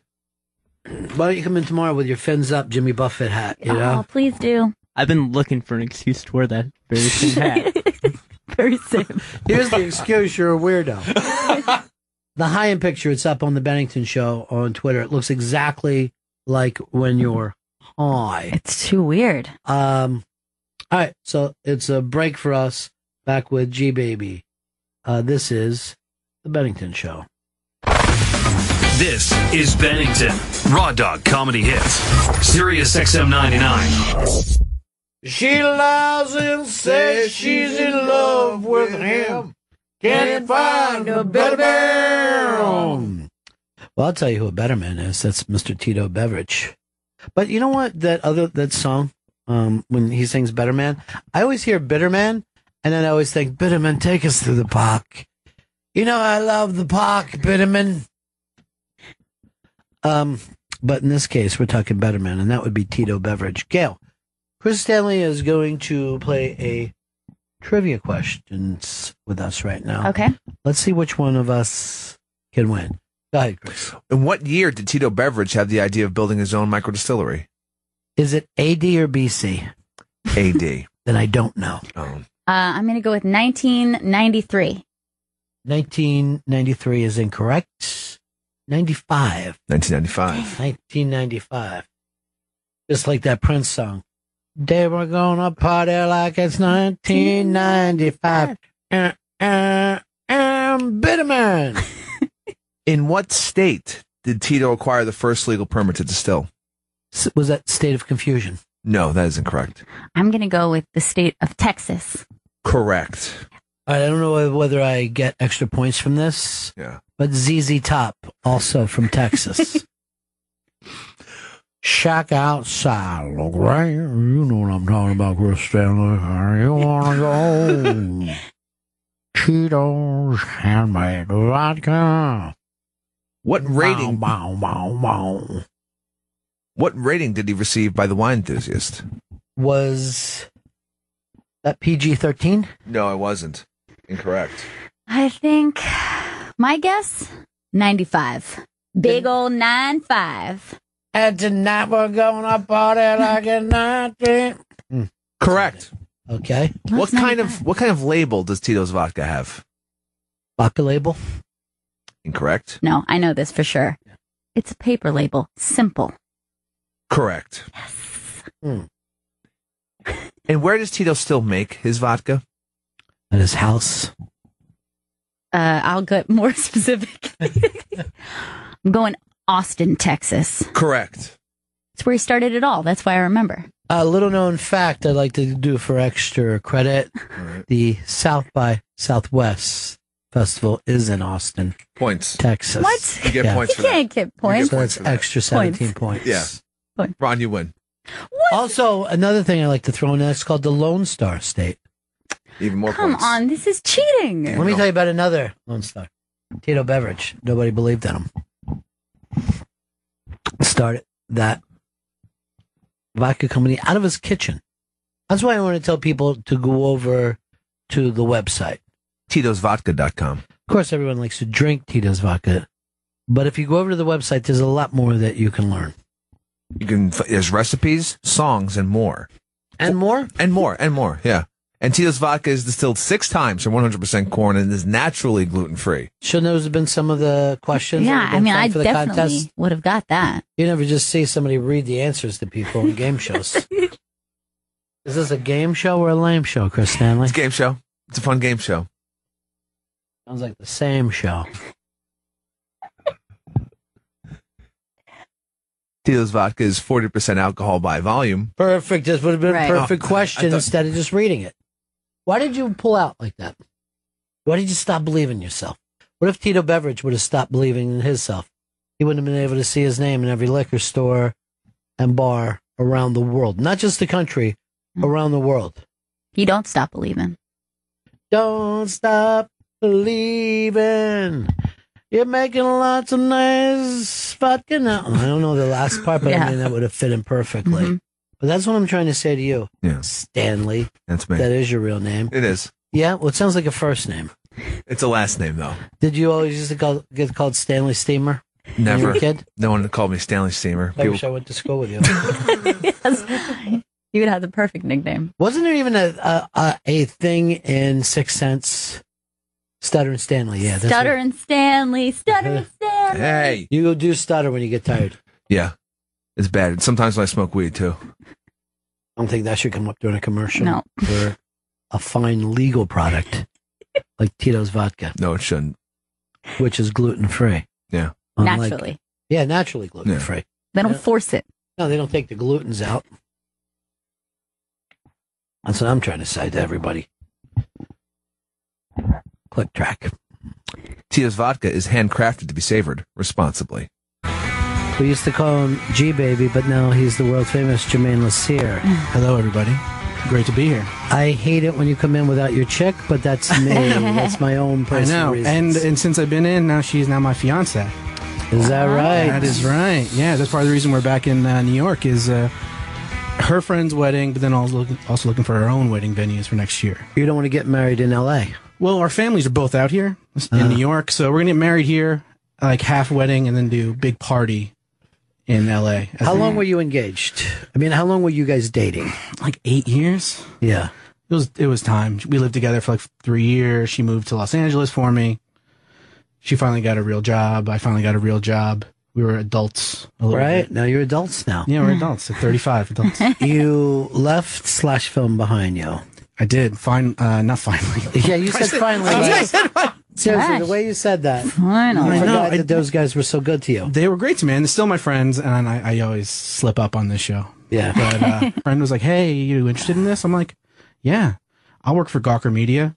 And I came right in right at the right time. There's nothing going on with the company, which is always good. And so my first month has been very eventful. They stay out of the news, and you got to give them credit for that. It's always great, smart. what's kind of interesting, though, is that Gawker is always in the news, but the sites they own, like IO9, are relatively not in the news. Like, so there's Gawker and Gawker Media. So, while our articles can get shared on Gawker.com or all these other sites, they own Gizmodo and Kotaku and IO9, we don't really have a lot of interaction. So I feel kind of removed from all that other stuff. Sure.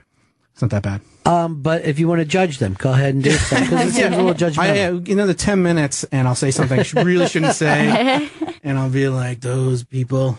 No, it's been really, really cool. So different from /film. Innovators of Entertainment is brought to you by Tito's Handmade Vodka. Tito's Handmade Vodka is America's original craft vodka, distilled 6 times from 100% corn and naturally gluten-free. Come visit us at titosvodka.com. Now, you're a guy, and I brought you up before on the show as a guy who loves movies. He loves popcorn movies. He loves serious movies. There's never... is there a difference for you? Do you go into the experience differently? No, I mean, I go in optimistic. I always want the movie to be good. And that's something that in recent days I've seen a lot of people not doing. They go in with those preconceived notions. And so for me, I try to go in and think that, and I guess maybe with the smaller movies, the Sundance things, my expectations are probably a little lower because I haven't been like living in them for months and months, where an Avengers or Star Wars or something like that. I've been studying it and thinking about it for months and months and years and decades for Star Wars. So your feelings could actually be let down if you put years into more often than not. Yeah. That happens. I mean, with the big movies, which is why, the small movies always tend to surprise. Like you go to a film festival, you read 3 sentences on a movie, you recognize 1 star or a filmmaker, like, okay, let's go. You haven't seen a trailer. You haven't seen anything. You go in. That's the best. And that's where you get the best experiences. On the flip side, sometimes I go to Sundance and I'll see a movie and I'll say, it's the greatest movie of all time. Yeah. I'll see it again 8 months later and be like, it wasn't as good as I thought. Because you're caught up because you're in Sundance mode and this is wonderful and everybody loves it. Yeah. But I've done that with movies before that you find out that they don't age that well. You know what I mean? That they literally get stale. Yeah, or like with smaller movies, I think sometimes it's like if it just hits you right, like you happen to be in this place in your life and you were more receptive to that type of comedy, or if it's like very sad, maybe you were in this really sentimental mood and then you're it reminds you of, because like when I saw Juno, I was pregnant. So that was, I was living at home, didn't know whether I wanted to keep the baby. And now, I'm looking back, I'm like, it's not as great as I let on. Actually, now it's better than heard people say about it. Juno is one of those. Like it went too far in the opposite direction. Where it's like, yeah, that totally happens. Like you move a movie like it pops in the head was like The Sixth Sense, where everybody saw it, loved it.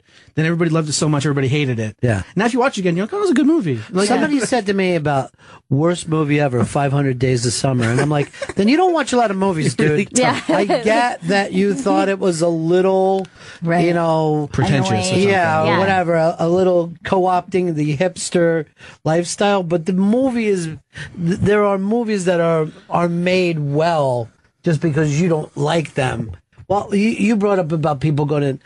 I noticed that people have turned on Adam Sandler. Well, that's kind of the new example. In a vicious way of like literally saying, the post said, stop making movies. Right. Cut it out. Well, it's funny. So Pixels, I feel like I added this conversation because the headline to my review of Pixels was Adam Sandler's never ruined a movie as much as he's ruined Pixels.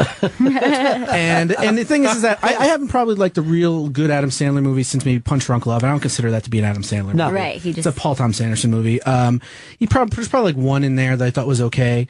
But that movie, everybody watched the trailer and like, that movie's going to suck, Pixels. It's going to be terrible. But I was like, you know what? I bet if you saw the trailer for Ghostbusters in 1984, you probably thought that looked like crap too. So I was like, maybe this is our generation's that. And I went in, I'm like, oh my God, we have Peter Dinklage, we have Josh Gad, Sandler, and Kevin James. Okay, Chris Columbus directed it. He did Home Alone. He wrote The Goonies, Gremlins. And I went in, and it's terrible. And it's mostly terrible because Adam Sandler doesn't do anything. He just sits there. I'm being more animated now than Adam Sandler is at any point in that movie. And he's just like, oh, yeah, whatever, video game characters come down. And it just takes anything. Josh Gad's there trying to be something. Peter Dinklage is channeling Billy Mitchell and being all crazy and creepy. And then Sandler comes in, and I called him like a charisma vacuum, where he just like ruins the scene. And I think sort of that was the thing, is that the movie had all the elements to be good, potentially. I mean, the script is not that good either. But Sandler sort of himself hurts that movie more than he helps it. You know, if you look at that, his latest performance, that versus his first couple performances, the only good Sandler movies people like, he's really trying there, and he's really being crazy. And every since then he has just stopped. You think he's just not committed, like, to the character? Yeah, I think he's just a little more. I mean, he's a producer on this. He found this. It was based on a short film that he sort of found and sort of bought, and I guess half developed. Like Tim Hurley, he half wrote it, and he's like his friend, his good collaborator. So yeah, I don't think he cares as much anymore. He's sort of his own brand, and I think now he's got this Netflix deal. Yeah. So maybe he's going to reinvent himself a little bit. We'll see, but it would take a lot for me to like really. I was never like I was never like, oh my God, I can't wait for the next Adam Sandler movie. But this one, it hurts. It hurts. Yeah. But he does have his own fans. You know what I mean? Like, there are people who are like, Tyler Perry shouldn't make movies. Like, apparently he makes a lot of people happy with his movies. I don't. He knows his audience. Yeah, that's for damn exactly. sure. It's the hardest thing to do, is to invent and keep your own audience. And he did. I mean, he has people that go to see him that don't go to movies. Right. And you could complain about it, but you're probably not his target audience then. Right. You know what I mean? These movies aren't for you, so you wouldn't like them. Yeah. I think Pixels is the odd movie where it's Adam Sandler, but it's not for Adam Sandler's audience. It's for a wider audience. Right. It's Independence Day with video game characters, and that's a broad, huge sort of summer blockbuster-y idea with Adam Sandler in it. And it sort of doesn't hit either of its marks. Well, it's like sometimes like those premises that sound so stupid, they can work. Mm-hmm. What was the film, I think, in the late 90s where they were like the Star Trek crew? Galaxy Quest? Galaxy Quest, yeah. That movie is as funny and as well made as any movie. And it's the cheesiest, stupidest premise. It's crazy good. And even there's, I'm not a Tim Allen guy, so the best thing ever. You brought up Ghostbusters, which... that should have been an out-and-out embarrassment. Yeah. Yeah, just the idea of it. You think about it, right? And at the time, I mean, Bill Murray and Dan Aykroyd were all names, but they weren't sort of the icons they became. I mean, I guess they were on their way.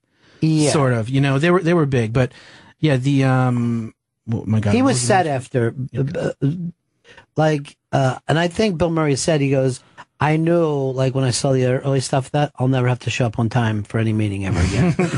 I knew my life would change, and I would just show up whenever I wanted to show up, and people would have to deal with me. Yeah. And Galaxy Quest, that's so funny. And he does. He showed up to Comic-Con It was the weirdest thing to promote Rock the Casbah, the most un-Comic-Con movie ever. Yeah. And Bill Murray showed up and just walked in like, "What's up?" And it was awesome. Everybody went crazy. Everybody went nuts. And then they sold this movie that looks pretty good, but it was just not a Comic-Con movie. And then people are just asking me like, they're like, "What's your favorite role?" And they're dressed in like full Ghostbusters gear. Is it this one? Yeah. He literally goes, "Well, one time I saved the city of Manhattan." It was pretty cool. But Galaxy Quest, that's a movie that people have always talked about a sequel. I'm glad they haven't made one. But there's like comic books of it and stuff. It's a movie that still endures because audiences sort of found such a connection to it. Could you imagine if the original Star Trek team would have done that movie, though? How fucking great. That would have been amazing. Yeah. But you're right, like the cast, it's not like if somebody said, "Oh, here's this cast of this movie," you would have been like, "Well, this is clearly going to be great." Like it had a lot of things against it. There was a certain security officer in that film that I'm a fan of, everything that he's done. But even but Rockwell, Tony Shalhoub is great, and he's amazing. Sigourney Weaver, Alan Rickman. Rickman is phenomenal in that. Yeah, I mean, and they all sort of, Weaver, of course, has like an alien sort of connection, literally an alien connection. But, Tim Allen's almost like, in retrospect, the smallest actor in that movie. Yeah. Well, here's another thing that's going on. I was going to ask you about it. The BBC did their list of 100 greatest movies, and apparently they didn't put a lot of Oscar winners in it. And they did American movies. Right. And they bypassed a lot of our Oscar winners. But don't you think that also comes back to the fact that movies don't always age well? Like Gandhi felt important when it came out. Right. But you don't want to sit back and watch that Gandhi movie again. Even though the performance is great. And a lot of times I think that is the example of like it was the right place in the right time. Like everybody in the industry was talking about that movie, and then it just goes away. It's just like it happens. It's just, the company at the time had the money and the wherewithal to push that for an Oscar. I mean, one of the fun things I love to do, like we're sitting around drinking or something, I'll be like, let's pull up Wikipedia and let's look at what won Best Picture in 1980 or whatever. And if it's Gandhi, it's like, well, what did it beat? Yeah. And every movie it beat is better. Like that happens from the mid 70s on. Just pick a year, Gail. Late 70s on. All right, let's go 1984. All right, 1984 might have been Gandhi's year. Maybe. Oh, really? So it's 83 movies. Damn it. Yeah. No, I don't. I mean, let's see if we. No Gandhi. All right, hold on. 1984. So it's the 83 movies. Is it Chariots of Fire or something? No. All right, is it the E.T. year? Was E.T. 83? No, it's 82. All right, hold on. Ordinary People. Hold on. Ordinary People is 1980. 1984. Chris, you're so smart with the computer. Give us a hint. Oh, that's not a hint. Just tell us what it is. Then. Amadeus. All right, Amadeus. Well, it's gonna be tough to beat that's that. a great one. That's a But tough I one to bet beat. there's still some really Who strong else? nominees. The Killing Fields. Great movie. But I think this might be one of the ones that doesn't work. Like thanks, Gail. A Passage to India. Don't even want to bother watching that. Darn. Places in the Heart. Oh no. The Soldier Story. Okay, that's a bad. Amadeus was the easy winner. Amadeus is a good I'm one. going to give you one. 1993. Let's go. All right. 1993. So it's 92. Well, that was probably Schindler's List. Correct. Okay. All right, Schindler's List. All right. Okay, So- which great movie, but you never want to rewatch it, and you never really think about You it. see it once and you're like, You know good, what? I've Here's the weird checked thing. that off. Yeah. And the role that I love is the Nazi, which is Saul. Yeah, I think he's amazing. Oh, yeah, Ray Fiennes is way better. Yeah, than you're just Liam like, in it. fuck, he's a great Nazi. He cracks his back really and good. shoots. That's Yeah. going to be another tough one too, but I bet it's good. I bet there's The Fugitive. okay. No, It doesn't. Yeah, In the Name of the Father. that's good. Good, But not but great. Oscar Yeah. winner. The Piano. Great movie. I like it. You don't like it? I saw you once. You know what? It's a movie I probably saw when it came out. I was like 13 years old and haven't seen since. So. The Remains of the Day. Okay, another Okay, bad one. All right, this game is terrible. I bombed it. This game. They get it right every year. Yeah, I That's know, the thing. It's so great. Locks in. See, if I would have said 1994, that would have been. Oh, it was 95. Is Forrest Gump beat Pulp Fiction and Shawshank Redemption, and then the other one is like, is it 80 where did Rocky beat Network? No, that was 77. Okay. In 1980, Ordinary People beat Raging Bull. Right, and that's a big one. Goodfellas lost to something really good. Goodfellas, Not that good. Dances with Wolves. Dances with Wolves, yeah. So those things are bad. But let's say even Raging Bull, when it came out, people were like, "Oh, this is a really good movie." Yeah. But we didn't realize it was really going to stick. No, you need some time before with these movies. I mean, when I saw Boogie Nights, I really liked that movie, but with time, it's just gotten better and better and better. You know, I think you definitely need some pause before you can really culturally place a movie. On the internet these days, and I'm part of it, as guilty as the next guy. Movie comes out on Friday. You talk about it for about 3 days, and you analyze the crap out of it and categorize it, and then it's over. And that's it. And it's just not fair to the movies or culture in general, you know, but it's just, you have to keep moving so fast. So everything moves so fast online that, that's why these lists, while they are super kind of, superfluous or whatever, they're interesting because you do get to think about movies that are older that you may have sort of dismissed and gone away from. Well, you brought up Boogie Nights, but the last two that Paul Thomas Anderson did, the critics kind of turned their back. I love them both. Yeah. I like them. Yeah. I think The Master is unfucking believable. Yeah. And then I will talk to people who love film, and they're like, "What was he doing?" I go, "I don't know, making something great." Yeah, making something interesting that you had to think about. Yeah. And Inherent Vice, again, I dug the shit. I love it, Yeah. but it's a movie too that I think people enjoyed more when you're like, don't get your head too wrapped around the plot. Right. Yeah. I picked up on that very quickly. Yeah. I was like 10, 15 minutes in, and I was like, I am not following, so I'm just going to be in the moment. Yeah. I'm not going to worry about the crime or who is who, because it is a little confusing. Totally. But it's great. It's great. It also caught a very short period, this one little period in the 70s, and nailed it completely. He had to hit a very thin line to land that fucking thing. And it was right there, because that world that he was showing really didn't exist a couple years later. Right. And there are people who like the thought of California, right? Yeah. I don't think it was the California that I'm in love with is not the California today. You know what I mean? It's probably like the Beach Boys California. Yeah, it went from the Beach Boys right up to where this was the dark, weird California thing. But it's almost the California of the 70s TV and 60s TV. Yeah. You know? And then there was even probably a 40s, 50s. Right. That was grittier, almost film more noir type urban. thing. Yeah. That was dangerous. Yeah. That you don't think of it that way now. It's all well, now feels you very think polished. of it as gangbangers could shoot you somewhere, but sure. I think that's even done now. Well, maybe it's because that was the Boys in the Hood time. Right. If you want to go by movies. And then now California is, I don't know, probably it's sort of like a pot thing, maybe a legalized pot type thing. I don't really know how. Well, I was actually just talking with two people before you got here during the commercial, and they were just like how they're trying to work out how much edible weed that you do without fucking ruining your day with it. You know what I mean? That is so far gone to me as somebody who doesn't do drugs anymore. But this is people who smoke pot all the time and be careful with this. Right. You will have the worst day ever. Also, if you eat two. If you like food, if you're somebody who struggles with addiction that does not just involve drugs. Well, Chris was telling me that he makes the mistake that this candy that they put it in is really good. Oh, it's ridiculous. And then he eats it later. It's amazing quality drug and food. Wow. Best of both One worlds. of them should be shitty. Kiva One of the Confections. two. Yeah, I think it should taste bad like drugs usually. Get this down. You're going to get high. It's like the peach schnapps of pot or something like that. This heroin-laced pudding. Oh, I can't stop. I'm going to pay for it. I know I am. With my mind. I'm going to put on weight and get dumber. Great. This is a time that people will go back and make movies about this weird time in Colorado and California, because this is the salad days before it gets organized. Right. Yeah. It's like the internet out there with the fucking marijuana. You can still get busted.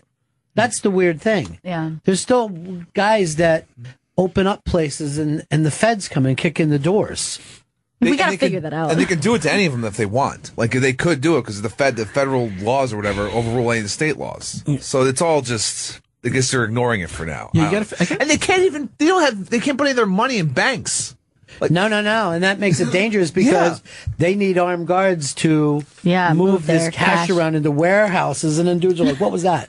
Somebody fucking coming up on a shoot?" It's like Blackwater is now in Colorado. Yeah, they're the same dudes. Oh, wow. It's literally the same dudes. That's funny. I never thought about that, but it is. It's a huge cultural moment that in about 5-6 years we'll get the movies of because. Because now we're getting the Steve Jobs movies and we had a Facebook movie but it took about 5-6 years for people to sort of look back and be like, oh, this is important. Let's make a movie about that. Right. You know? So, but I think you're right. I'm not even Legalize looking marijuana. forward to the Steve Jobs movie, by the way. The new one, because there already was one with Ashton Kutcher. And there was one before that, Pirates of Silicon Valley. That's true, with Noah Wyle. But I just don't want to say fucking Adam Sorkin take another fucking swing at the internet. I'm just here's what I do want to say. It's coming to New York because Don Cheadle told me years ago that this was his dream project, and it's him playing Miles Davis because he looks just like Miles Davis. He doesn't have to do shit. Mm-hmm. I think that's going to be amazing. Anything else that you're looking forward to this winter? There's a movie called Star Wars. Besides that, is that this? When is that coming? That's December. Yeah, and that's all I'm thinking about these days. Aren't you mad that it's not coming out on the same day as the other Star Wars? Wasn't that part of the fun? I was a little upset when it first happened, but if an extra 6 months means the movie's better, that's fine with it. And then all the rest are coming out in May. So no, that's not true. The 2016 movie will be December, but then from there they're all in May. So it's okay. It doesn't really bother me. I'm looking forward to that, obviously, and I could talk about that for 10 years, but The Martian, the new Ridley Scott movie, is based on this really cool book. When's the last time we loved the Ridley Scott? How far Exactly. back No, we you're going? totally right. I'm No, it's really been a having while. problems with that. No, I mean, he's made a bunch of stinkers. But the book on this is really, really good. The cast is really good. Matt Damon, Jessica Chastain, Jeff Daniels, really good. Trailer's pretty good. I'm looking forward to that. I'm seeing Straight Outta Compton next week, and that looks amazing. I'm really excited. That looks good. That looks amazing. I know. I'm very, very, very excited for that. And then you say the Cube's son is in it somewhere. That sounds right. Ice Cube's son. Cube's son is playing Cube. Yeah. Wow. Oh, there you go. But also, that was to me, you talk about a cultural moment. Is like when that fucking album came out. You have to remember, like, before that, it was like the Fat Boys. Rap music was just fun, rhyming and shit. My name is Jay, and I'm here to say, brush your teeth every day, And all of a sudden, these guys are fucking, and everyone's just like, what? Yeah. And it basically was like the fact that L.A. was in this weird place where it was going to be OJ and the riots, and, that was like the first real sign of, holy shit. Stuff's really turning. Yeah, things are getting a little fucking sideways awful quick. Yeah, if the movie can just capture a tiny bit of that, I think it could be really, really good. And to be totally honest, the music was fucking, those are great. Yeah. That's great hip hop there. Yeah. Who was first? Them or the East Coast? I believe Public Enemy was first. Yeah. They were like 88 or 87. Yeah, because Do the Right Thing is 88, and they're big in that. Yeah. Right, so... And then this was 91 or 89. See, there's an interesting thing. Do the Right Thing is one of those few movies. And by the way, not nominated for anything. Which, in my opinion, was the best movie of the year. But caught the moment exactly. Yeah. That very rarely happens. Saturday Night Fever was a perfect example of something that caught something while it was on the way up. Cameron Crowe tried it in Seattle. You know what I mean? For some reason, he focused on the wrong people in that movie. Like he had the grunge as the background and the yuppies in the foreground. If he would have switched that, I think everybody would have called it genius. Yeah. But it's a hard thing to do. Yeah. Because it's easier to look back and be like, well, now I have a little distance from this. We can see where this all turned out. It's very hard to be like kind of hip enough to be in on it as well. Yeah. I think The Graduate kind of captured the feeling of the parents are going, well, our kids are really different than we thought they were going to be. And at the end of it, when they're on the bus, it's like you just know that they're heading to the Sunset Strip or something. Like their whole life is going to be weird from this point on. I recently heard a story about that final shot where Nichols, he just let the camera run and didn't call cut. Yeah. And so it wasn't planned like that. They were just sitting there uncomfortably, and then it works in a masterful way. It just was sort of a happenstance thing. See, that's the kind of directors that know, let's fuck around and then we'll go back and figure out what and piece that together. And it changes the moment completely. I mean, really, it changes the purpose of the whole film. The whole film switches in that shot. Well, you know, when Apatow was in here not too long ago, he brought up Mike Nichols as being like somebody that he would talk to and be friends with, and it almost seemed insane to me. It was almost like if someone said, "Yeah, I'm friends with Benjamin Franklin," and he said to me the other day, "How?" But you know what I mean? Like it did. Mike Nichols had been, so iconic that you almost don't even think or talk about him in the present sense for many, many years. But there's so few moments that caught that. Or what I like sometimes is somebody, when a science fiction thing where later you're like, they didn't even go far enough. Like Network was supposed to be like a little bit in the future at the time.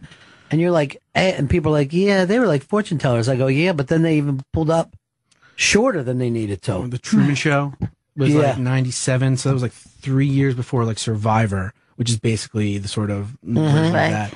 So that was ahead of the time. It's just really hard because, the movie making process, especially studio movies, is so long. It takes so long that for you to actually hit it when it happens, you have to think about it 2 years before it's actually, so maybe right when it starts, right when some sort of cultural thing starts. So yeah, when you have a Saturday Night Fever or something, I'm sure like disco started and they're like, let's make a disco movie. Right. It just sort of peaked and didn't die before that. Yeah, because then by the time they did like Thank God It's Friday, right, or something, with the Village People, it was already done. You know what I mean? Like I'm thinking they're doing like an Angry Birds movie next year. Yeah. That movie's going to be like 4 years past when it should have been. Yeah. Right. You know what I mean? If you had the Angry Birds movie like 3 years ago, you'd be like, Angry Birds, it'd be the best. Like a Minions movie came out this year, which is really bad. But I think that was also past its time a little bit. Like that was like a kind of fun thing for kids 2-3 years ago. But those movies take so long. Yeah, it still made a goddamn fortune. Oh, of course. I mean, I think we figured that was going to happen. But the Jurassic World thing made a ridiculous still fortune. making a ridiculous fortune, and I still don't understand it. I understand why people wanted to see it. I wanted to see it. Yeah, I don't think it's suitably entertaining, which isn't enough. But I think people are just like craving something like that, something a little more grounded, but with dinosaurs. I don't know. I don't know how it happens either. Where everybody will just. I thought for sure. I'm sorry, Ron. I thought for sure, like we do our like annual box office. I was like, well, it's going to be Avengers, Minions, then Jurassic World, and it actually ends up flipping where Jurassic World beats bigger than Avengers, like 200 million bigger than Avengers, like a third bigger. It's insane. It's gonna come close to beating Titanic. Yeah. But that's with 3D and stuff. And like ticket sales wise, it's not going to be close to any of And Avengers was huge, right? That was in the second place? slot? Yeah, I mean, it was big, but not as big as the Avengers before, which is, you got to start and watch, especially when you own these characters. Right. They might want to start and slow it down a little bit and keep it more special. Well, that's not happening. 2 next year, 3 the year after that, 3 the year after that. At some point, and that's just Marvel. DC is even more. At some point, the bottom has to drop out. Yeah. Because you're going to get Avengers and Star Wars. Because Star Wars, being owned by Disney, is going to just make Star Wars constantly. Yeah. One year for the foreseeable future. There's already 4 locked in with release dates. And from there, it's going to keep going. With 5 movies locked in. And that's crazy to me because even the prequels, when you, even though they're shitty, they were special because they came out every 3 years. You'd waited 20 years for the first one. Yeah. Then it's a 3-year build up and a 3-year build up. Now it's boom, boom, boom, boom, boom, boom, boom. And it's going to be, I think we'll get past these first 5 and it'll be like, cool. And then it's going to keep going and it's going to make it less special. And as an Uber fan, that's the scariest part to me. It's not if the movies are good or bad, is if we're going to overkill. And also, you don't have one guy who loves these movies and cares about these movies anymore. Now it's a corporation. So before it was George Lucas, who was a weird kind of dude who invented this world and cared about it. But now it's like if these guys down the hall found out that they could just make money by releasing something, they would. They just would go and would kill it. Yes. In the process. Yes. You know, George Lucas making missteps and picking characters and doing things that were not popular. They were still done from a place of he thought that this was the best thing for this world that he created. And now executives know they got 3 to 5 years, so they got to shove as much shit as they can and, you know, get their bonuses. Yeah. The difference being, I think, though, that this one, with these movies, it's the generation of people who grew up on Star Wars are making the movie. So people like with more passion and talent than I am, who, you know, like, so you have Ryan Johnson, you have Gareth Edwards, you have Phil Miller and Chris Lord, you have, I just flip those, and J.J. Abrams, you know, so these are all incredibly talented people and filmmakers who've made great movies and who are massive Star Wars nerds. Like the guys like me who have like lightsabers on their thing, where like, you can make a Star Wars movie now. And they're like, oh my God, I can do this. And they think they're being left to their own devices for the most part. I mean, Now, it's still Disney. But yeah, it's going to be the executives in the long run. This is going to roll out this way, but then they're going to be doing spin-off characters and cartoons, and you'll be surrounded. Yeah. But it'll just be surrounded, and that has to, then somebody will go, oh my God, I saw this movie the other day. It's amazing. Doesn't take place in space. I don't understand what that means. It's, so how about your deal? You get to decide what you're going to write about yourself? 90% of the time. Sometimes they'll say, we want you to do this, we want you to do that. But pretty much every day, every week I come up with a bunch of ideas for articles, and then I do 2 or 3 bigger articles a week, whatever idea I kind of want to do and that people like. And then beyond that, I have to do 3 or 4 news articles a day and sort of schedule them out and then adapt to breaking stuff if something big happens, jump on it. So I'm just sort of sitting there. I'm sort of doing my old job like I did a Slash film, but writing half as much. That's wild, right? To think you get more and doing less. I know it is weird. But that's been a sort of transition. But you're a guy who, we sit around and talk sometimes. You kind of invented a job that really didn't exist, or you adapted to a job that didn't exist when you were in high school and talking. You would have been thinking, well, there's 3, film monthlies that I would love to write for. Yeah, that's it. Right. That's what happened. I mean, that's how I started. Yeah. I would have been way in the front of this if I hadn't if I wasn't thinking like that, because I went to college and I was like, I want to work at Entertainment Weekly. That was it. That was like, I want to work at Entertainment Weekly. Then I got an internship at Premiere. Those were pretty much it, unless I want to go to Empire Magazine, which was in London. And then as I was at Entertainment Weekly and Premiere, sort of the internet happened. Then I went and worked at a newspaper for 6 years, and that was just like the sinking ship. And then I basically was like, I'm going to leave journalism. I'm going to move to LA, and I'm going to work in a mailroom and be an executive or something. I'm going to try to do that. And then I sort of caught the wave of the internet, and now I'm like, why would I want to do anything else? I get to write about and talk and pay and watch movies for a living and get paid for it. It's like, yeah, it's kind of crazy when I look back at it. And the places I go and the people I meet, they flew me to 2 years ago. They flew me to London to go to the premiere of The World's End, and I got to go to the World's End bar with Edgar Wright and hang out at the Spaced House with Edgar. I'm like, this is not happening. He's like, Germain, come here. I'm like, John, you know my name. Edgar Wright. Stop. Did you like Ant-Man without him? Yeah. I did. I refused to watch it. Unlike you, I'm a real Edgar Wright fan. And I will not watch it until it comes to regular TV. Yeah. Probably TBS before I watch it. Well, Peyton Reed, the guy who directed it, he did Bring It On, Down with Love. I mean, he was a good filmmaker. He's not Edgar, obviously. But a lot of Edgar stuff is in there. And, I mean, from what I heard, Edgar wanted to make a different movie than Marvel wanted to make. And like you said, the executives win. And I respect him and his co-writer, Joe Cornish, who wrote Attack the Block. What's he working on now? Edgar's working on a movie called Baby Driver. Yeah. And it's about a getaway driver who will be played by Ansel Elgort from The Fault in Our Stars, who's sort of deaf, so he has to listen to 70s soul music to get himself in the mood. And it's going to be an hour and a half, 2 hour long, sort of music video heist movie. But from what I've heard, the executives are kind of being weird about it. Sure, because now he also has the reputation of, hey, he's the guy we can fire. But I mean, so the movie sounds so cool. And I've written about it, and there's a couple music videos he directed before he did Shaun of the Dead that he sort of influenced this. And it's just a guy sitting in a car listening to music and getting pumped for these missions. And it sounds really cool. He's so amazing. I can and will watch everything he ever does. Period. I have that reminds me. I have a question for both of you guys as Paul Thomas Anderson fans, and I know you don't really like kids movies. His next movie is still up in the air, but he was hired by Robert Downey Jr. to write a live action Pinocchio, which will star Robert Downey Jr. as Geppetto and maybe as a motion captured Pinocchio. And so PTA is going to write a version of the script, and if they release it, he'll direct it. Now, you see everything Paul Thomas Anderson, but you're going to go see a live action Paul Thomas Anderson Pinocchio movie? I'm going to make that simple and say yes. Okay. Because if, I went to Wes Anderson's stupid puppet movie. Yes. You know what I mean? That's a good example, yeah. When I back my guys, I back my guys. Yes.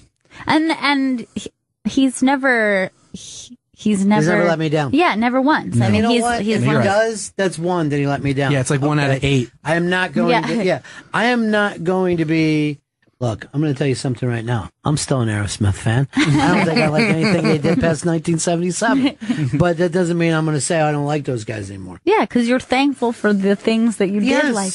Yeah, that's right. I'm not going to blame them on Pink and an Elevator or whatever those other fucking non-rock songs were. Don't Want to Miss a Thing? Armageddon? So good. Did not win Best Picture? No, it did not. Oh, man, I thought it did. It won Loudest Picture that year. I remember that I'm like, am I in a Metallica concert or a movie? That was the loudest film.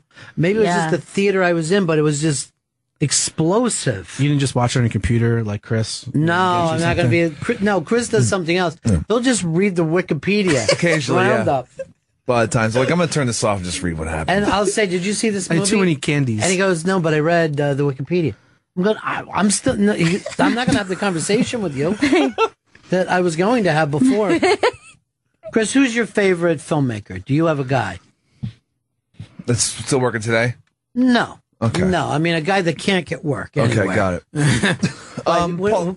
Paul Thomas Anderson. Give us somebody that you follow that you don't think that maybe we do. Somebody that's like outside of the. I follow the guy did Drive, Nicholas Winding Refn. Nicholas Winding Refn. So, how many of his films have you seen? Besides Drive? I've seen Pusher. I saw Valhalla. I saw the Bronson. And you love them all. I love them all except until the last one with Ryan Gosling. No, you didn't. Only God Forgives. Oh, yeah, Only God Forgives. Yeah, right. that made me reconsider that I liked any of his movies. Oh, but, really? It was that bad. But I really liked the Pusher trilogy. Is one of the best drug gangster movies. I haven't seen that, but I like Drive, and I know you are not a huge Drive fan. Well, first of all, I hated the soundtrack, and I fight with people. I love that soundtrack. That's very different from most people. Yeah, and I felt like it kept taking me out of the. And there were parts of Drive, but I will tell you, at the time I wasn't. And now I am a giant Oscar Isaac fan, and so much that I'm concerned that he's going to this next one. I wasn't even a fan of his when he did the Coen Brothers. It's since then. What are the last two that he's done? Ex Machina, which I thought was unbelievable, and The Most Violent Year, where he kind of played an Al Pacino guy. I missed him, but yeah. And now he's doing Star Wars. Ex Machina, right? Yeah, I mean, there was a scene. The dance scene with that one, this motherfucker is going so weird. It's great.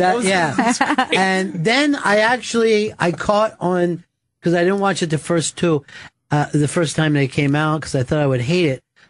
But there was this little shitty 10-year reunion movie that had a bunch of young stars in it. Magic Mike is dancing around in it, and Fat Office Guy. Yeah, it's just called 10 Years. And he's in it. And it's not a good movie. It's not a good part. And I thought he was fucking amazing in it. I'm like, that's it. Right. I don't think I even knew sort of who he was until Llewyn Davis. And then I'm like, who is this guy? Because I loved that movie. Yeah. The Coen Brothers. And then you go back and you find out that he's another movie. You're like, okay, I remember him he did that? from this movie and that movie. So I'm nervous that he has taken the Star Wars on, because the last have been really weird. Yeah. Like Ex Machina shouldn't have worked at all, really. But also going to be Apocalypse in the new X-Men. Oh, that's right. He's like the big bad guy in the new X-Men. Not a good look. This is nerve-wracking. It's going to be What's Apocalypse? What is that? He's like the new main bad guy for like the X-Men movie. He's sort of like I could go deeper, but yes. No, that's it. He's going to fight the X-Men. There's nothing deeper than he's going to pretend that he's a bad villain. I don't know. No. But ideally, though, those movies will give him the freedom to do weirder, smaller stuff. Never happens. No. Never fucking happens. I mean, he's in superheroes. And I'm just gonna. He's basically playing the new Han Solo, and then Robert Downey Jr. wants to play Geppetto in Pinocchio. This is a guy. He made a movie called The Judge. Yeah. And go back to when he had disappeared, and he did like 8 Great fucking movies, great movies that were independent. And now he's running down those kind of movies. Like, yeah, I did those shitty movies for those assholes. Like Kiss Kiss Bang Bang, the shitty movie. Yeah. Then someone told me, scrape them off, Claire. Now I'm sitting here having coffee with a lot of white makeup on. When are you going to see that Bill Murray film, the Rock the Casbah? Yeah. I haven't, I think it comes out the end of August, so we'll probably see in a couple weeks. I haven't gotten any invites. Call me immediately. I will call you. I'll let you know. Because that's my buddy who wrote that film. Glazer, right? Yeah. Yeah. He was there at Comic-Con. It was him and Bill Murray on stage in Hall H with 6,500 people. And I'm like, why is the guy... Look, this is Bill Murray and the guy who wrote Scrooge, which is awesome, but why are they here? Come on, guys. It was crazy, but fun. The Innovators of Entertainment segment is brought to you by Tito's Handmade Vodka. Tito's Handmade Vodka is America's original craft vodka, distilled 6 times from 100% corn and naturally gluten-free. Come visit us at titosvodka.com. All right. Where are we going with this, Chris? We're done. Yeah, no, we're done. Oh, I don't even know where we are in the day. That's it. Good to see you again, pal. Thanks so much for having me in, guys. It was great. Is everybody finding you over? Your fans follow you over? I think so, yeah. You can read my stuff at io9.com, on Twitter and Instagram at Germain Lussier, and all that good stuff. I'm happy for you. Thanks so much. You created a life. Seriously, you created a life for yourself with this whole nutty thing. It's worked out. Appreciate it. That's it. We'll see you all again in 1974. Ladies and gentlemen, the evening is over. We hope you all enjoyed yourselves, and we'll see you all again in 1974. Good evening!